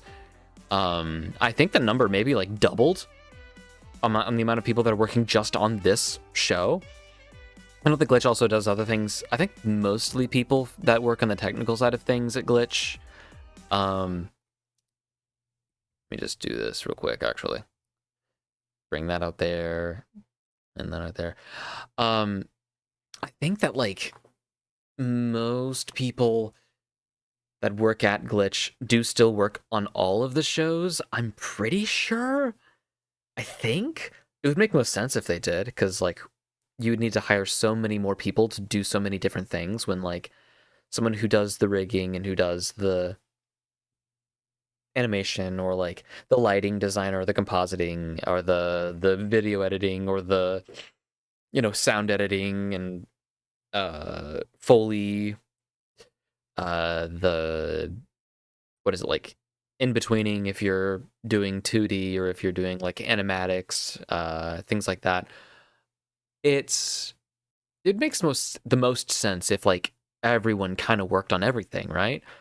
Because from what I understand as well, they mostly work on one show before going to the next, and they have slower cycles before one thing finishes, and then they do the next one in queue as the next thing that they prioritize, and then they start working on other thing, and they bring in another show and things like that. I think that's how that works, at least. But in any case, yeah, that was the Amazing Digital Circus, episode 7, the as we call the reverse retrospective. So this is episode 1. Congratulations on getting this far. There's a lot to say, and as we get back, I think we'll start seeing more and more things that foreshadow what happens in these newer episodes as it happens. But as it stands, yeah, no, it's rough. It's rough for those guys, man. But that is all the time that I have. I think I've got over 2 hours of footage here, and I think I need to cut that down a little bit, but not the case. Stay guggy and stay yourself. Bye.